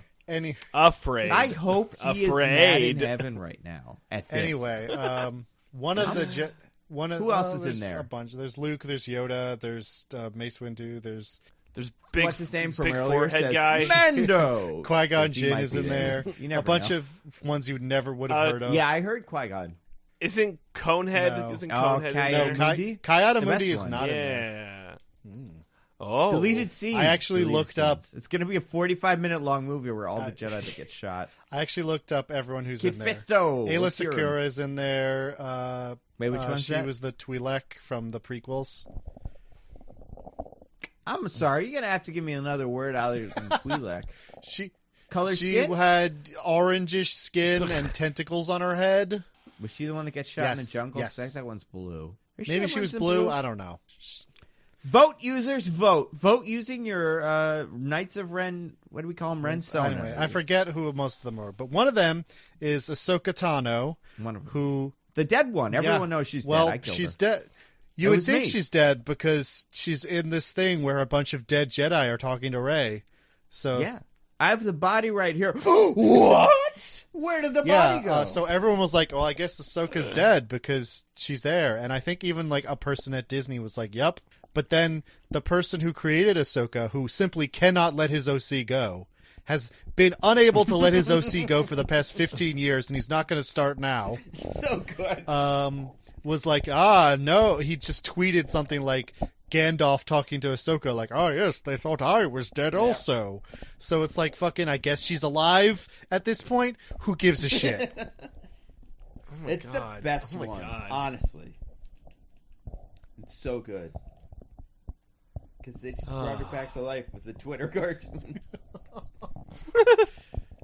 What? Yeah, that's what canon is now. Get used to it. It's all J.K. Rowling tweeting about wizards shitting on the floor. That's the future.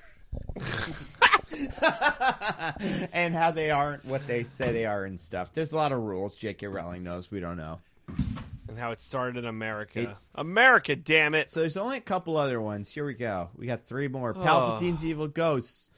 Parentheses, or JJ doesn't understand metaphors. So Dig, JJ it's not go. understanding metaphors is literally the only explanation I have for the thing Palpatine says to Rey when he's like, if you kill me, then all the ghosts of the Sith will go into you and you'll be the new Emperor.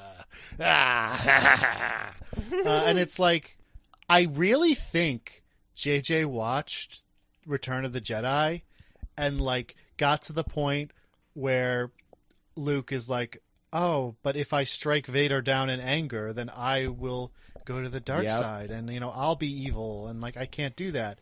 I really think he thought that, and like completely unable to understand metaphors or like thematic resonance or anything, like not understanding that it was just a statement on like, hey man, you can't give in to hatred and like just strike and just like kill this guy just because you're mad. You have to have love and acceptance in your heart, whatever. He was just like, I guess that means that Vader's full of a bunch of evil ghosts, and if Luke kills him, then the evil ghosts go in Luke, and that'll make him evil.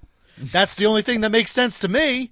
So that's just what it is. As long as she doesn't have 2 lightsabers. That's and then other than the evil ghosts, then it's also like Rey just pulls up a second lightsaber, and suddenly Palpatine's like, no, 2 lightsabers? Oh no, how could I have possibly foreseen this? Listen, if one of the Jedis were to do a tap number on a railroad, well then that'd be a different story. But this movie doesn't have the ending that you all want. I wish Skimbleshanks, the railway cat, was in this movie. I mean, I've seen this movie like we're in hour 4 or 5 of me not seeing this movie, which might be the longest time I've seen since I've seen this movie. Like Cats, it's the freshest movie in my mind. And on my way home, I was like, man, that naming a Cats number, it's not bad. Let's listen to it on Google Play Music. Skimbleshanks is kind of a bop. All the rest of the songs suck, but it's pretty good. Anyway, I think the big problem with this bit was the double lightsabers. A couple people made the point that it is very much like the Iron Man thing. Were any of you bugged by the fact that the whole like, oh my god, all the starships are here bit was in the trailer? This is the on your left. If there was an on your left in that movie, can you imagine if the on your left in Endgame was in the trailer? Yeah, if it was Captain America getting Thor's hammer in the fucking trailer. But even the on your left, like I'm saying, like all the portals open, would have been furious. Oh, give me my money back, movie. You've like. I was bothered that there was absolutely no reason why that happened. They just decided that it happened. Because it's like last movie, this specifically was like we put out a call and no one showed up. And this time they're like, what if we did it again, though? And this time it just works. Right? Well, they had Lando. Guys. Lando's... Oh, sorry. Lando. So Lando and Chewbacca flying around the entire galaxy in the Millennium Falcon by themselves, 2 people talking to everyone in the galaxy in the space of like 3 hours. And like... And then everyone hyperspace jumped. But hold on a second. They hyperspace jumped, put out a pamphlet, and then went to the next place. How did anybody give a shit about Chewbacca? Why is he important? Why is Lando important? Why did literally everyone in the galaxy be like, oh, well, if Lando's asking, then like, yeah, absolutely. Not Princess Leia? Who does she have to call? She knows the Millennium Falcon. She's seen it. What does she have to... Do you guys have to touch pet the Millennium Falcon? Like it's the head of a statue at a college for a period of time that has a football game. Like half owner of the Millennium Falcon. Yeah, she has the dice in her hands. What more do you need? I really don't get it. I really don't. It must be that Lando is just seducing everyone that owns all of those ships in like record time. Heavenly body, heavenly body, heavenly body, heavenly body, up among the clouds. All right, you guys are good? Warp to the Exegol. I don't get it. I really don't like. It's so on your left and bullshit, but like, do you think if there was no if there was no Endgame, this would feel deserved? No, because it's not that there have been... I mean, lots of movies have had climactic endings where everyone gets together. The problem isn't that it happened in Endgame. The problem is that they do absolutely nothing to earn it in this movie. I think Endgame hits a lot of those beats, though. People have pointed it out. Like, obviously, the on your left, it's me and Lando, here I am with all the spaceships, but then also the I am Iron Man, I am all the Jedi, right? Like, that's I am inevitable, I am all the Sith. Like, it's kind of similar. And I don't think JJ saw that movie and was like, oh, cool, that worked. But it is very, like, I think you could say, and this is something that the Red Letter Media guys have said for a little while, is that Star Wars is creatively bankrupt. I do think this movie makes the case for, like, yeah, they don't know. There's nothing left. There's just kind of more of that. Tank's empty. Well, if only there had been a movie that had an infusion of new creative energy and took the series in bold new directions and broke away from old tired tropes and the same rote recitations of the things we've seen before. If only that had happened, and then yeah, it'd be who would have made that movie. though? Some rando, somebody who nobody likes, not just J.J. Abrams, cool guys, the main crew. It has to be some, like, it's so weird that they gave this sequel trilogy to a guy who makes movies that everyone is fine with, and then a guy that makes movies that are borderline challenging, and then they give it back to the fine with guy. Like, it's such a recipe for disaster. I mean, But, yes, like, I agree. I agree. guess I just mean, like, Ryan 7-9, JJ 8, perfect. That's all you need, you know? The series the whole franchise would have been turned upside down. Right, if you set up Rey as Palpatine and then start at 9 with, no, you're not Palpatine, interesting. Like, that's kind of what you'd expect from a franchise like this, but they did it the opposite way. it's weird that. Or could you imagine, like, you're a Palpatine, oh, you're nobody. Yeah. Oh. If she, like, thought she was a Palpatine the whole time. Like in Coco, when he thinks he's the Exactly. the famous guys. Well, I mean, do we want to be spoiling Coco in this podcast? Yeah, sure. Anyway. I don't think anyone's going to... Anyway, But no, yeah. I think that's a valid point. Like, you could start the franchise with that trope of, oh, she thinks she's a Palpatine, and she has to hold her, her force is what's stopping her from being great. And then episode 8, oh my god, even more of that, because then your JJ movie, like, it's even more the mystery than you even imagined, and maybe it is even more complicated. Maybe you're a Skywalker. Who knows what your force powers are gonna, drive you towards. And then it's like, wait a second, you're not either of them, episode 9, you're just some rando. What are you gonna do? Like, that's how a franchise like this should go. And All right, call Kathleen Kennedy. We'll get her. honestly, like, and she's gonna I fix don't this. blame anyone, but as much as I want to blame JJ, it's Kathleen Kennedy. You can't mess up a threequel this bad and not, like, there was no plan, right? There couldn't have been. I can't speak to Disney's what they were doing. I've heard J.J. Abrams say in interviews he gave Rian Johnson all of the mysteries to solve. He was like, you do whatever you want with these. I don't know who these people are. That One of makes them's a perfect big sense to me because he guy. never thinks about that. It feels right, yeah. All right, well, we got 2 more spots on this wheel, guys. We're so close. Oh, I know. Sorry, All yeah, right. 2 more spots. Okay, real quick, because we're so close. Kiss. Mwah. Have to kiss. Oh, okay. I don't want to belabor this point, but the kiss between Kylo and Rey is the dumbest fucking shit imaginable. It's Michelle told me it ruined the movie for her because it doesn't do anything except play into Hollywood tropes. Not even a Star Wars The trope. movie like had some been dumb ruined Hollywood for me bullshit. long So, before that, but well, I don't know. Fuck that movie. I guess basically all. Why? What do you think the motivation for it was? Any ideas? Anyone just want to take Ray a flyer? Low, Why they Ray make- Low, shippers, Ray right? Low. Yeah. All There's right, nothing cool, better. I It's just guess. like, well, these two should kiss, right?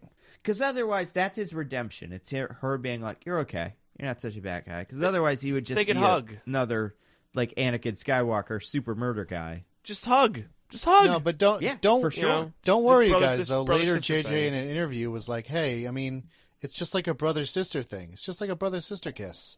Like you." He didn't Wait, really he said say it's that? a brother sister kiss, No, he didn't. but he was like, I see it as like Ew. they're like a brother sister bond. And then he David. says a bunch of What? words about the kiss where it's like, I mean, it's romantic, but I mean, it's not necessarily meant to be romantic. It doesn't make any fucking sense, and it makes it sound like he's way into incest. Right, yeah, have we checked on K. Abrams or something? What's the Abrams family up to? Let me see I if know I can things, pull it but- up just so I don't make him sound creepier than he is. Although, Oh, I don't know. It's fine. I'm sure he's We fine. could He's move got his on. money. It's- I mean, the kiss thing was weird because he dies. Or sorry, she dies, he's back. He revives her with force, like, I don't know, life force transfer or whatever. Yeah. And then she's good. And then they have this weird little, like giggle moment where it's like, yeah, you're good, right? Yeah, I'm good. Okay, cool. And then he dies and she's good. It just is weird. fuck It off. is like kind of like you're good. You're fine. What? sorry, while looking Diggins, for you this, got I some- saw you got some another news? headline that was like, J.J. Abrams didn't want same-sex kiss in the movie to be heavy-handed. And it's like, fuck off. He doesn't want it to be heavy-handed. He wants it to be subtle. He and Singapore want it to be subtle, so you can just cut it right out of the movie.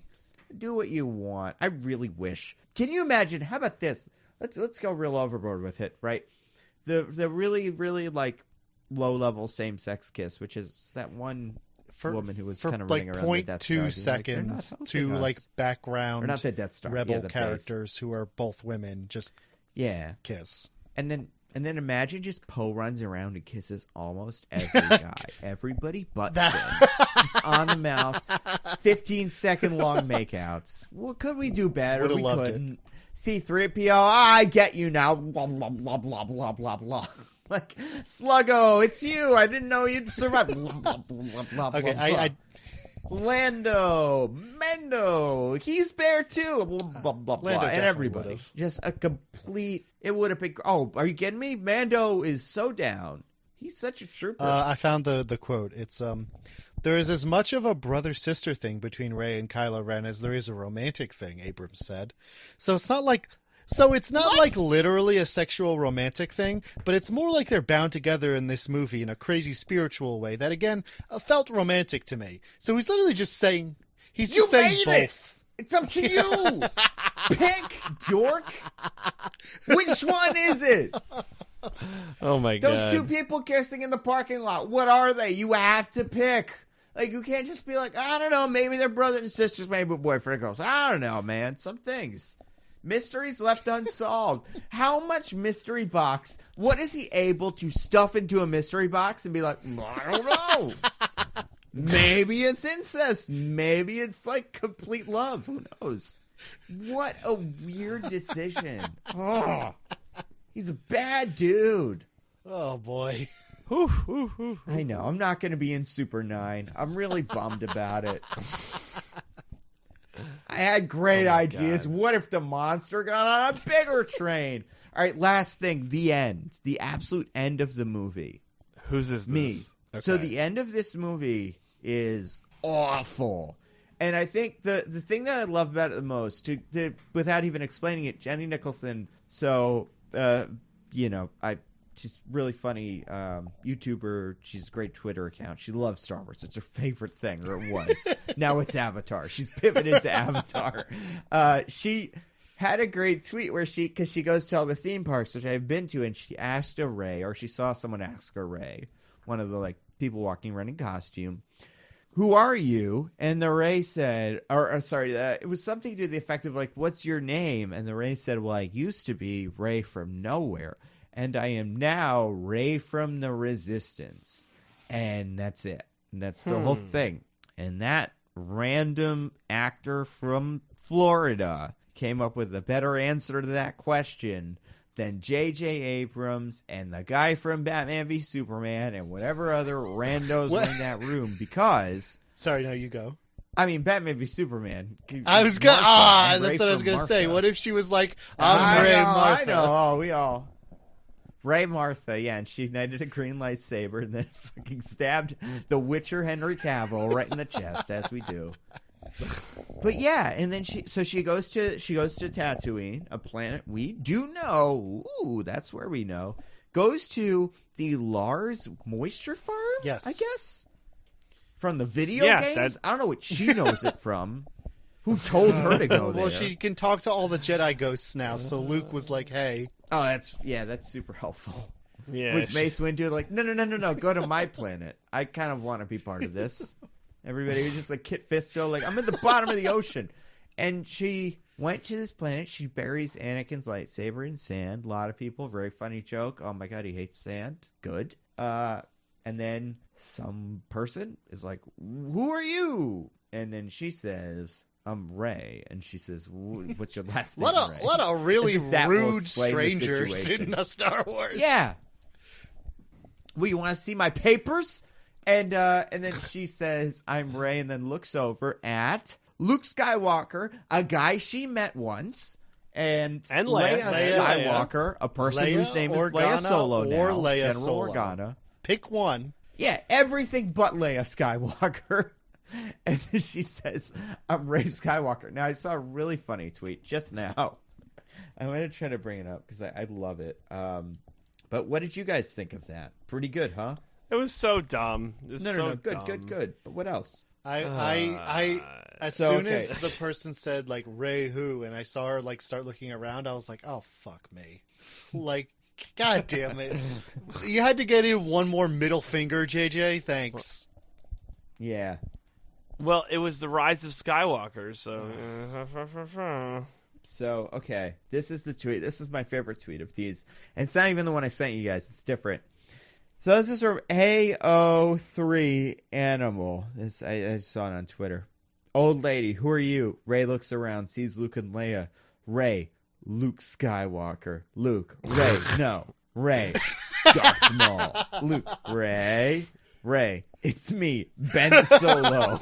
Luke, my child, what have they done to you? And listen, there's no funnier version of this than that because it's the dumbest version. She could be like, I don't think Rey Solo is that crazy of an idea because you're like, oh, maybe she's a sister or maybe they're married or whatever. Those are the people she spent time with.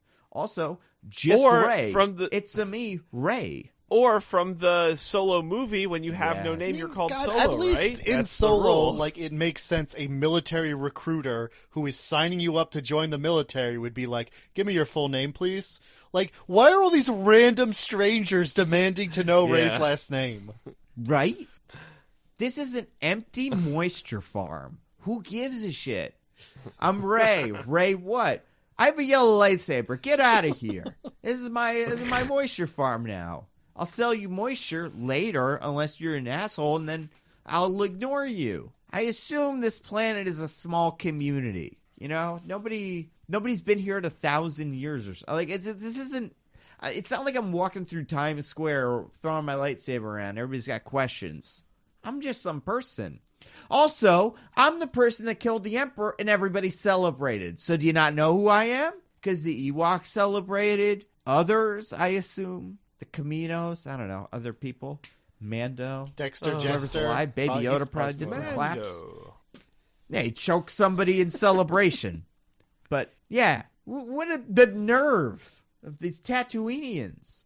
So, overall, great Very rude. She ignites her lightsaber with yellow. Does that mean anything? Do you guys know? Is that a thing? It's the No. Guardian, This is actually really, Jedi really Temple funny. Guardian. They very recently came out with like a bunch of like official. This is what every color lightsaber means because the way it works Very now important. in canon is Good. kyber crystals are colorless, but when you build your lightsaber, your like personality influences the kyber crystal, and like that determines what color shows up, which is why all the evil lightsabers are red. Because if you're evil, it makes your kyber crystal turn red. Anyway.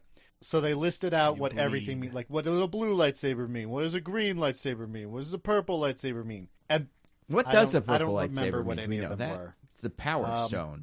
Anyway, they have all that, and they just don't have one for yellow.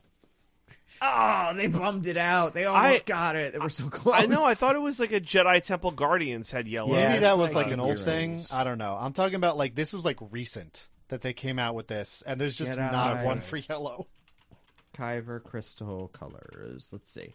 Color meaning. I'm like very almost very certain that the yellow ones are. Well, Fallen Order seems to have some like for sort of Jedi. like method to it. It seems like that you pick and then that's what it is. Yeah. So you played it, right, DJ? Yes. Which color did you end up with? I have an orange one actually. Oh, okay. So you're just like some guy. Cool. Nobody can trust you. Yeah. Okay, here we go. Yeah. No. Wait, never mind. It just says like Kyber crystal found on Ilum. Really important. Thank you, game. I want like this mood ring version of this. I just kind of assume they map to the Green Lantern rings, where it's like green, good, blue, good, red, Yellow's bad, orange, jerk, yellow, very bad, purple, sexy. Who knows? I don't know. Purple's the rarest of the kyber crystals. Oh, really? What about black? Yeah. There's black, only right? one black Take up the kyber dark crystal. saber? Yeah. Yeah. Have you? So anyway, Diggins, you've been to great movie. Sorry, DJ, you've been to the theme park, right? I Diggins, have you? Yeah. All right, you want to go? Let's go. Me and you should make a trip. Yeah. I'd love to go. I do want to go. I want to go when the Marvel stuff happens, but I've given up on waiting for it. You got to go to California. Oh my God, who even cares? California's the worst. Damn. I've said this forever. No. No offense to our California You listeners. Californians are cool. The minute I step off that plane, it's the earthquake from San Andreas is gonna happen. The same way the minute I bought Movie Pass, it collapsed. I knew it was coming, and I just waited. I had a glorious year. Real quick, stealing from those people. Before we're done with our 4-hour podcast, 5-star podcast, 5-star runtime. Oh my God! So we got country music sensation Darth Brooks. The Knights of Ren were the lamest thing I've ever seen. Literally rolled my eyes every time they came on screen. Remind me of Alexandria from Defenders. Do nothing. Have everyone act like they're dangerous for no reason. Then just completely job when they finally do something. But then the other one, Dorian Ayala, Ayala. My force power is jump cuts the moment things get tense, like I'm disarmed or surrounded by foes. I use my power, and next thing people see is my victory. Walk away from a pile of dead bodies. So I think he might be the most dangerous next to the Bionicle. I'd love to see him fight. This is Ryo. That's what I'm naming him, because I'm just kind of mixing up the names the letters in everybody's names. Here's my last question. This wasn't in the wheel. What do you think comes next besides the Obi-Wan show that we know is coming, and probably Mando too? I hope nothing. I can't even wager a guess. Right? Honestly, it's chaos. Yeah. You think Rey and them will ever be back? Because it seems like Finn and Poe don't want to do this. They're done. Yeah. They're done. What do you think? What would you want? Is there anything you want? I want them to stop. I'm so Star Wars outside. Yeah, honestly. I'm not clamoring for any more certain story. Really not. Right? How long do you want? I don't want to make up an answer. How about this? Who would you want to do a Star Wars thing? Any actor, or not actors, but any directors? You'd be like, I'd like to see him take it over. Besides Rian Johnson, who would never touch it again. There's no way. Give it to Quentin Tarantino. Give him a fucking Star Wars movie. Just Quentin Tarantino. He still can't even get that Star Trek movie. David Lynch. Yeah, it's true. I'd love to see. Oh my God! Can you imagine? I want to see. That'd be wild. The same touch he brought to Dune. I want to see it in Star Wars. Well, what about Villeneuve? How about him? Well, he's like he would be pretty cool, actually. Yes. Yeah, he'd be interesting. He'd be weird. I think he could. I want one of these. So here's the thing that I think kind of screwed over JJ and Ryan. I think they both wanted to make a movie about one guy, one person. And it was Rey and Kylo, let's say two people. And we're forced to, kind of smush in these other guys. And even, I think the Kelly Marie Tran thing was partially racism and sexism. But I also think it was partially just JJ didn't know what to do with her. And it was like, I need a plot device to land this person on the ship with horses. But I think every single person wanted to make a movie about Rey and Kylo and didn't want to make a movie about Finn and Poe. And I'd like to see someone just take the two of them. Or two characters and make a movie about them, and maybe do a revolving door of Finn in episode 1, Poe in episode 2, but there's no there's no pressure to add everybody from the last one into the next one. I think that'd be interesting. Yeah, I've always wanted Matthew Vaughn to do lightsabers, the Kingsman director and Kick-Ass and stuff. I think his lightsaber fights would be sick, and besides that, it would probably be fine, but. Just get him as a second unit action director. I don't know. It's a weird world we live in where, The Eternals seems like it has more legs as a franchise than Star Wars. You know? Camille Nanjiani and his abs seem like they're going to carry a franchise more than Star Wars. You know? I think a Star Wars break will be good. I think we all have Star Wars fatigue right now. I think a break is good. I think so, too. I like that they put out the video game. I'll probably play the video game in a year or something. Once they've put out the Ultimate Edition with all the Kyber colors. And then, give me a couple years to take my time. I don't know. How do you feel about Kathleen Kennedy? I do feel like this as a threequel is a mess. I mean, I guess. I agree. Yeah. There's no sense of direction. It was very all over the place. And there was no excitement for it. Yeah. I don't think that's true. So. I think there was lots of excitement when they started, and then the excitement was ground out of me by just how much I got the sense that they were everything that was good about the last one is what we want to not do. Yep. Yeah. But I don't know. I don't know enough about what that job even is. Like, Yeah, it's fair. I mean, it's always compared in my mind to Feige, Right, who is the gold but that's standard what I was of gonna producers, say. and this is the it's opposite like shepherding of that. this kind of thing is something that like one other person has done successfully. I mean, I don't know what being good at that job really looks like, because I mean, I guess we have Feige to compare to, but that doesn't necessarily mean that that's always what success looks like here. I think the interesting thing about Feige, and I'd say the big difference between the three Star Wars movies, like the 7, 8, 9, and what we've seen from Avengers and just like the general Marvel universe, and I think maybe what Kathleen Kennedy maybe could have done differently, and maybe what they were planning with Trevorrow, is it does seem like Feige picks directors that he can work with on a level and be like, I know things, you know things. Take my advice. Whereas I think Kathleen Kennedy picked, I think J.J. Abrams really thinks he knows what he's doing. Whereas I think, the Russos can take notes. And, they're not one of the biggest directors on the planet. And I think that helps in maintaining a consistent control over the, the long-term vision of the franchise, as opposed to this kind of we'll see how this guy goes. And, JJ can kind of fix it on his own. But I people have always given them shit for letting saying okay, so, Edgar Wright, you do Ant-Man, but that's I doesn't want to do the Ant-Man we want to do. Let's fire him, and then we'll get, the guy from Bring It On, and we'll have him do Ant-Man now. But I do think there's something to that where it's your producer, if you want to make an extended universe, your producer really has to hold the reins. And you can't have to fight him away from JJ or, what JJ wants Rian Johnson to be. I think that's a big part of it, which is good when it's good and bad when it's bad. Because I think Chloe Zhao, is that her name, is doing Eternals, which she is probably the lowest profile director and most indie director Marvel's ever contracted. And it would be really cool, and it's a low profile property, for them to just be do whatever you want. But on the other hand, it could be, a director being do what I want, and you just, kind of follow suit. So I don't know. There's good and there's bad, but I think this is the bad. This dark universe, Batman v Superman, all that stuff.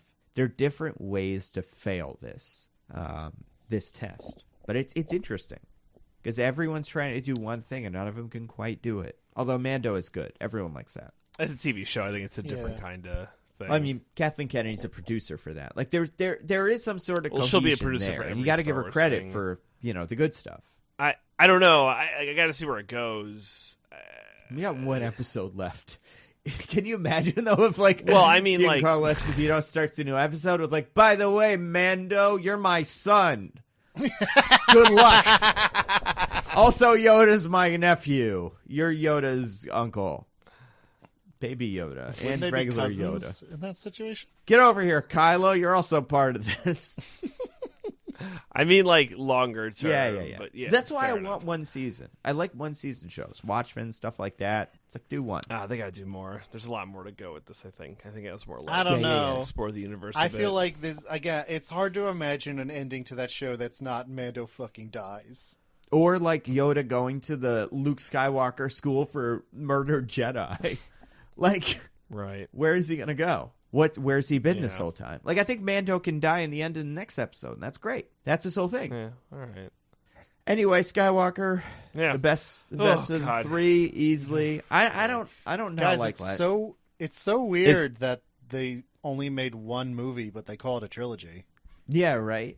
We did a podcast that is the length of the trilogy. But you got to appreciate it because it should be the entertainment moment of our lifetime. Star Wars movie should be humongous, and it doesn't even matter. Yeah, it's It'll true. be gone in a month. Yeah, Endgame true. is. This is the first tweet I didn't want to say it was bad, but the first tweet I said after I left it was, "Thank God Endgame didn't suck," because Game of Thrones and this and a bad Endgame would have just ruined my 2019 for movies. All right, classic segment. Let's start with DJ. DJ, got anything to recommend for the fine people? Marriage Story. Watch it. It's great. So good. Boom. Next. What if Kylo Ren and the Black Widow had to deal with what's her name? Admiral Holdo. She's great, by the way. Was She Laura is. Dern in Marriage Story? She is. Oh, have you not seen Marriage plays Story? I haven't seen it yet. Oh, watch it. It's You good. watch it. It really is nice just to see like good actors acting chops on screen. Let's go. Yeah. Tight 2 hours. It's a great watch. And Laura Dern isn't what you'd expect. Like, Mhm. and Ray Liotta? How about Ray Liotta, huh? Ray Liotta also fantastic. Loved him in this. He was so, like, weird. But, yeah I loved him. But great. And the So cameo that's my from rec. Macaulay Culkin, whoa, blew my mind. Oh, my God. Also great. Diggins, do you have anything to recommend to find people? I do. So the Criterion Collection, not that long ago, came out with a milestone addition to the collection. I think it was I forget what number it was, but it was like 200 or 300th or something. Edition, which I received yesterday. Yesterday being Christmas. Because Christmas won't be yesterday when you're listening to this, listener, but it is when we recorded this. It's not even for us, honestly, at this point. Because we've got a 5-star podcast with a 5-star runtime. Damn right. But so this milestone was a collection of the first 15 Godzilla movies. All the Godzilla movies made during the Showa era, as they call it. Very good. And it's really cool. It's like this big book where they have like a bunch of articles about all the different movies and about the history of Godzilla from that time, with a bunch of huge splash pages of original art that they commissioned for this collection specifically. And then in the back, there's like a sleeve that has all the discs, all the Blu-ray discs for all the movies and all the special features and everything. It's super cool. If you like Godzilla, it's a great collection. It's like $200, which is not what I paid for it, but still. So it's a pretty hefty, but if you can afford it, it's a really, really fabulous collection, and I definitely recommend it. Cool. I'm going to recommend a movie I saw, and then I saw, and then I saw, called Cats. Yeah! It is Next week, one of the baby. worst We'll be movies I've ever doing seen, it. but it is a blast to see. Can I change Like, my it is- rec to Skimbleshanks the Railway Cat? Oh my God, what an electric performance. I keep telling people, I'm like, listen, the first 4 or 5 songs, it's front loaded with some big numbers. You got the main song, you got Jellicle Cats, you got the one with the cockroaches, you got Jason Derulo, and then you've got Jason Derulo absolutely about to suck some toes. Oh my God, he is the sexiest thing. I honestly, like, first of all, for a second you're like, well, these cats love him. And then he's like, let's go to the milk factory. and then things get real. But, so then it's him, and then it's Buskifer, James Corden, who, if anybody's seen the movie, tweet him what the plot is. He doesn't know. He didn't see it. But then there's kind of a dead zone where it's a couple of songs that are like, whatever. And Judi then shows up with her little tiny, like, chicken bone legs, like, tiny legs. And then you're like, where's this going? But then, yeah, Skimbleshank shows up and he just crushes it. An electric tap number where it's clear that the cats that are, when they start tapping, and I'd say everybody watch for this, DJ specifically, this is going right out to you. You're going to see some Skimbleshanks he's going to really start tapping. And then a train rail is going to show up underneath him. And that is going to lead the rest of the cats onto a train car number. But on the way, just on the way, they are not wearing tap shoes. They come back wearing tap shoes, and they kind of put them on as they get there. But on the way, the actors are wearing them, but they seem to be CGI'd out. So all of the cats that aren't Skimbleshanks are like a half an inch off the ground, just like flying. It's amazing. If you know, look for it. It's terrific. The other thing I would say, look for when you see cats, at the end, Judi Dench does a weird-ass spoken word poetry, and the cat on her right, which is like, I guess, her left, but your right, on the right of the screen, just has to react to it, and it looks like Speed Racer in the car, just like, whoa, whoa, it's so good. Get a nice bottle of something, sneak it into the theater, pour it in your big old glass of Coca-Cola or whatever. Have a ball. Other than that, I don't know. There's good stuff. There's good X-Men books. Once in Future King, still great. Or Once in Future, still a really fun book. That's all I got. But yeah, next week, what are we doing, DJ? Cats. Diggins, you around for that? I would love to be there for Cats if you'll have me. Sick. It's gonna be sometime next do it week. up. I'm sure we'll figure we'll figure something out. We'll do it up. It's going to be electric. I would say people watch it as quickly as you hear this podcast because it is going to be ripped out of theaters. You will never see it again. But I think it could be the new Rocky Horror Picture Show. I really do. I hope so. It would be so much fun. I'd love to dress up for that and do like the weird little Jason Derulo dance. Would you be a Rum Tum Tugger? I mean, I'm a curious cat, or I forget what his thing is, but when the door's open, I want to leave, or when doors close, I want to leave. When it's open, I don't, Play by my own rules, and and yeah, I sing the high notes on all the songs where nobody else wants to. It's terrific. Besides that, though, I would say, thank you to everybody who tweeted us nitpicks, because we did read them ourselves, but we didn't read them individually during the show. Continue tweeting us your, what is it, Rensonas? Hashtag Rensona? Rensona. Hashtag Rensona. I'll give a look to them this week, and if I find some fun ones, we'll talk to them next week. But the great ones that we already had are really funny and really dangerous. If anybody wants to make some fan art, we'll take it.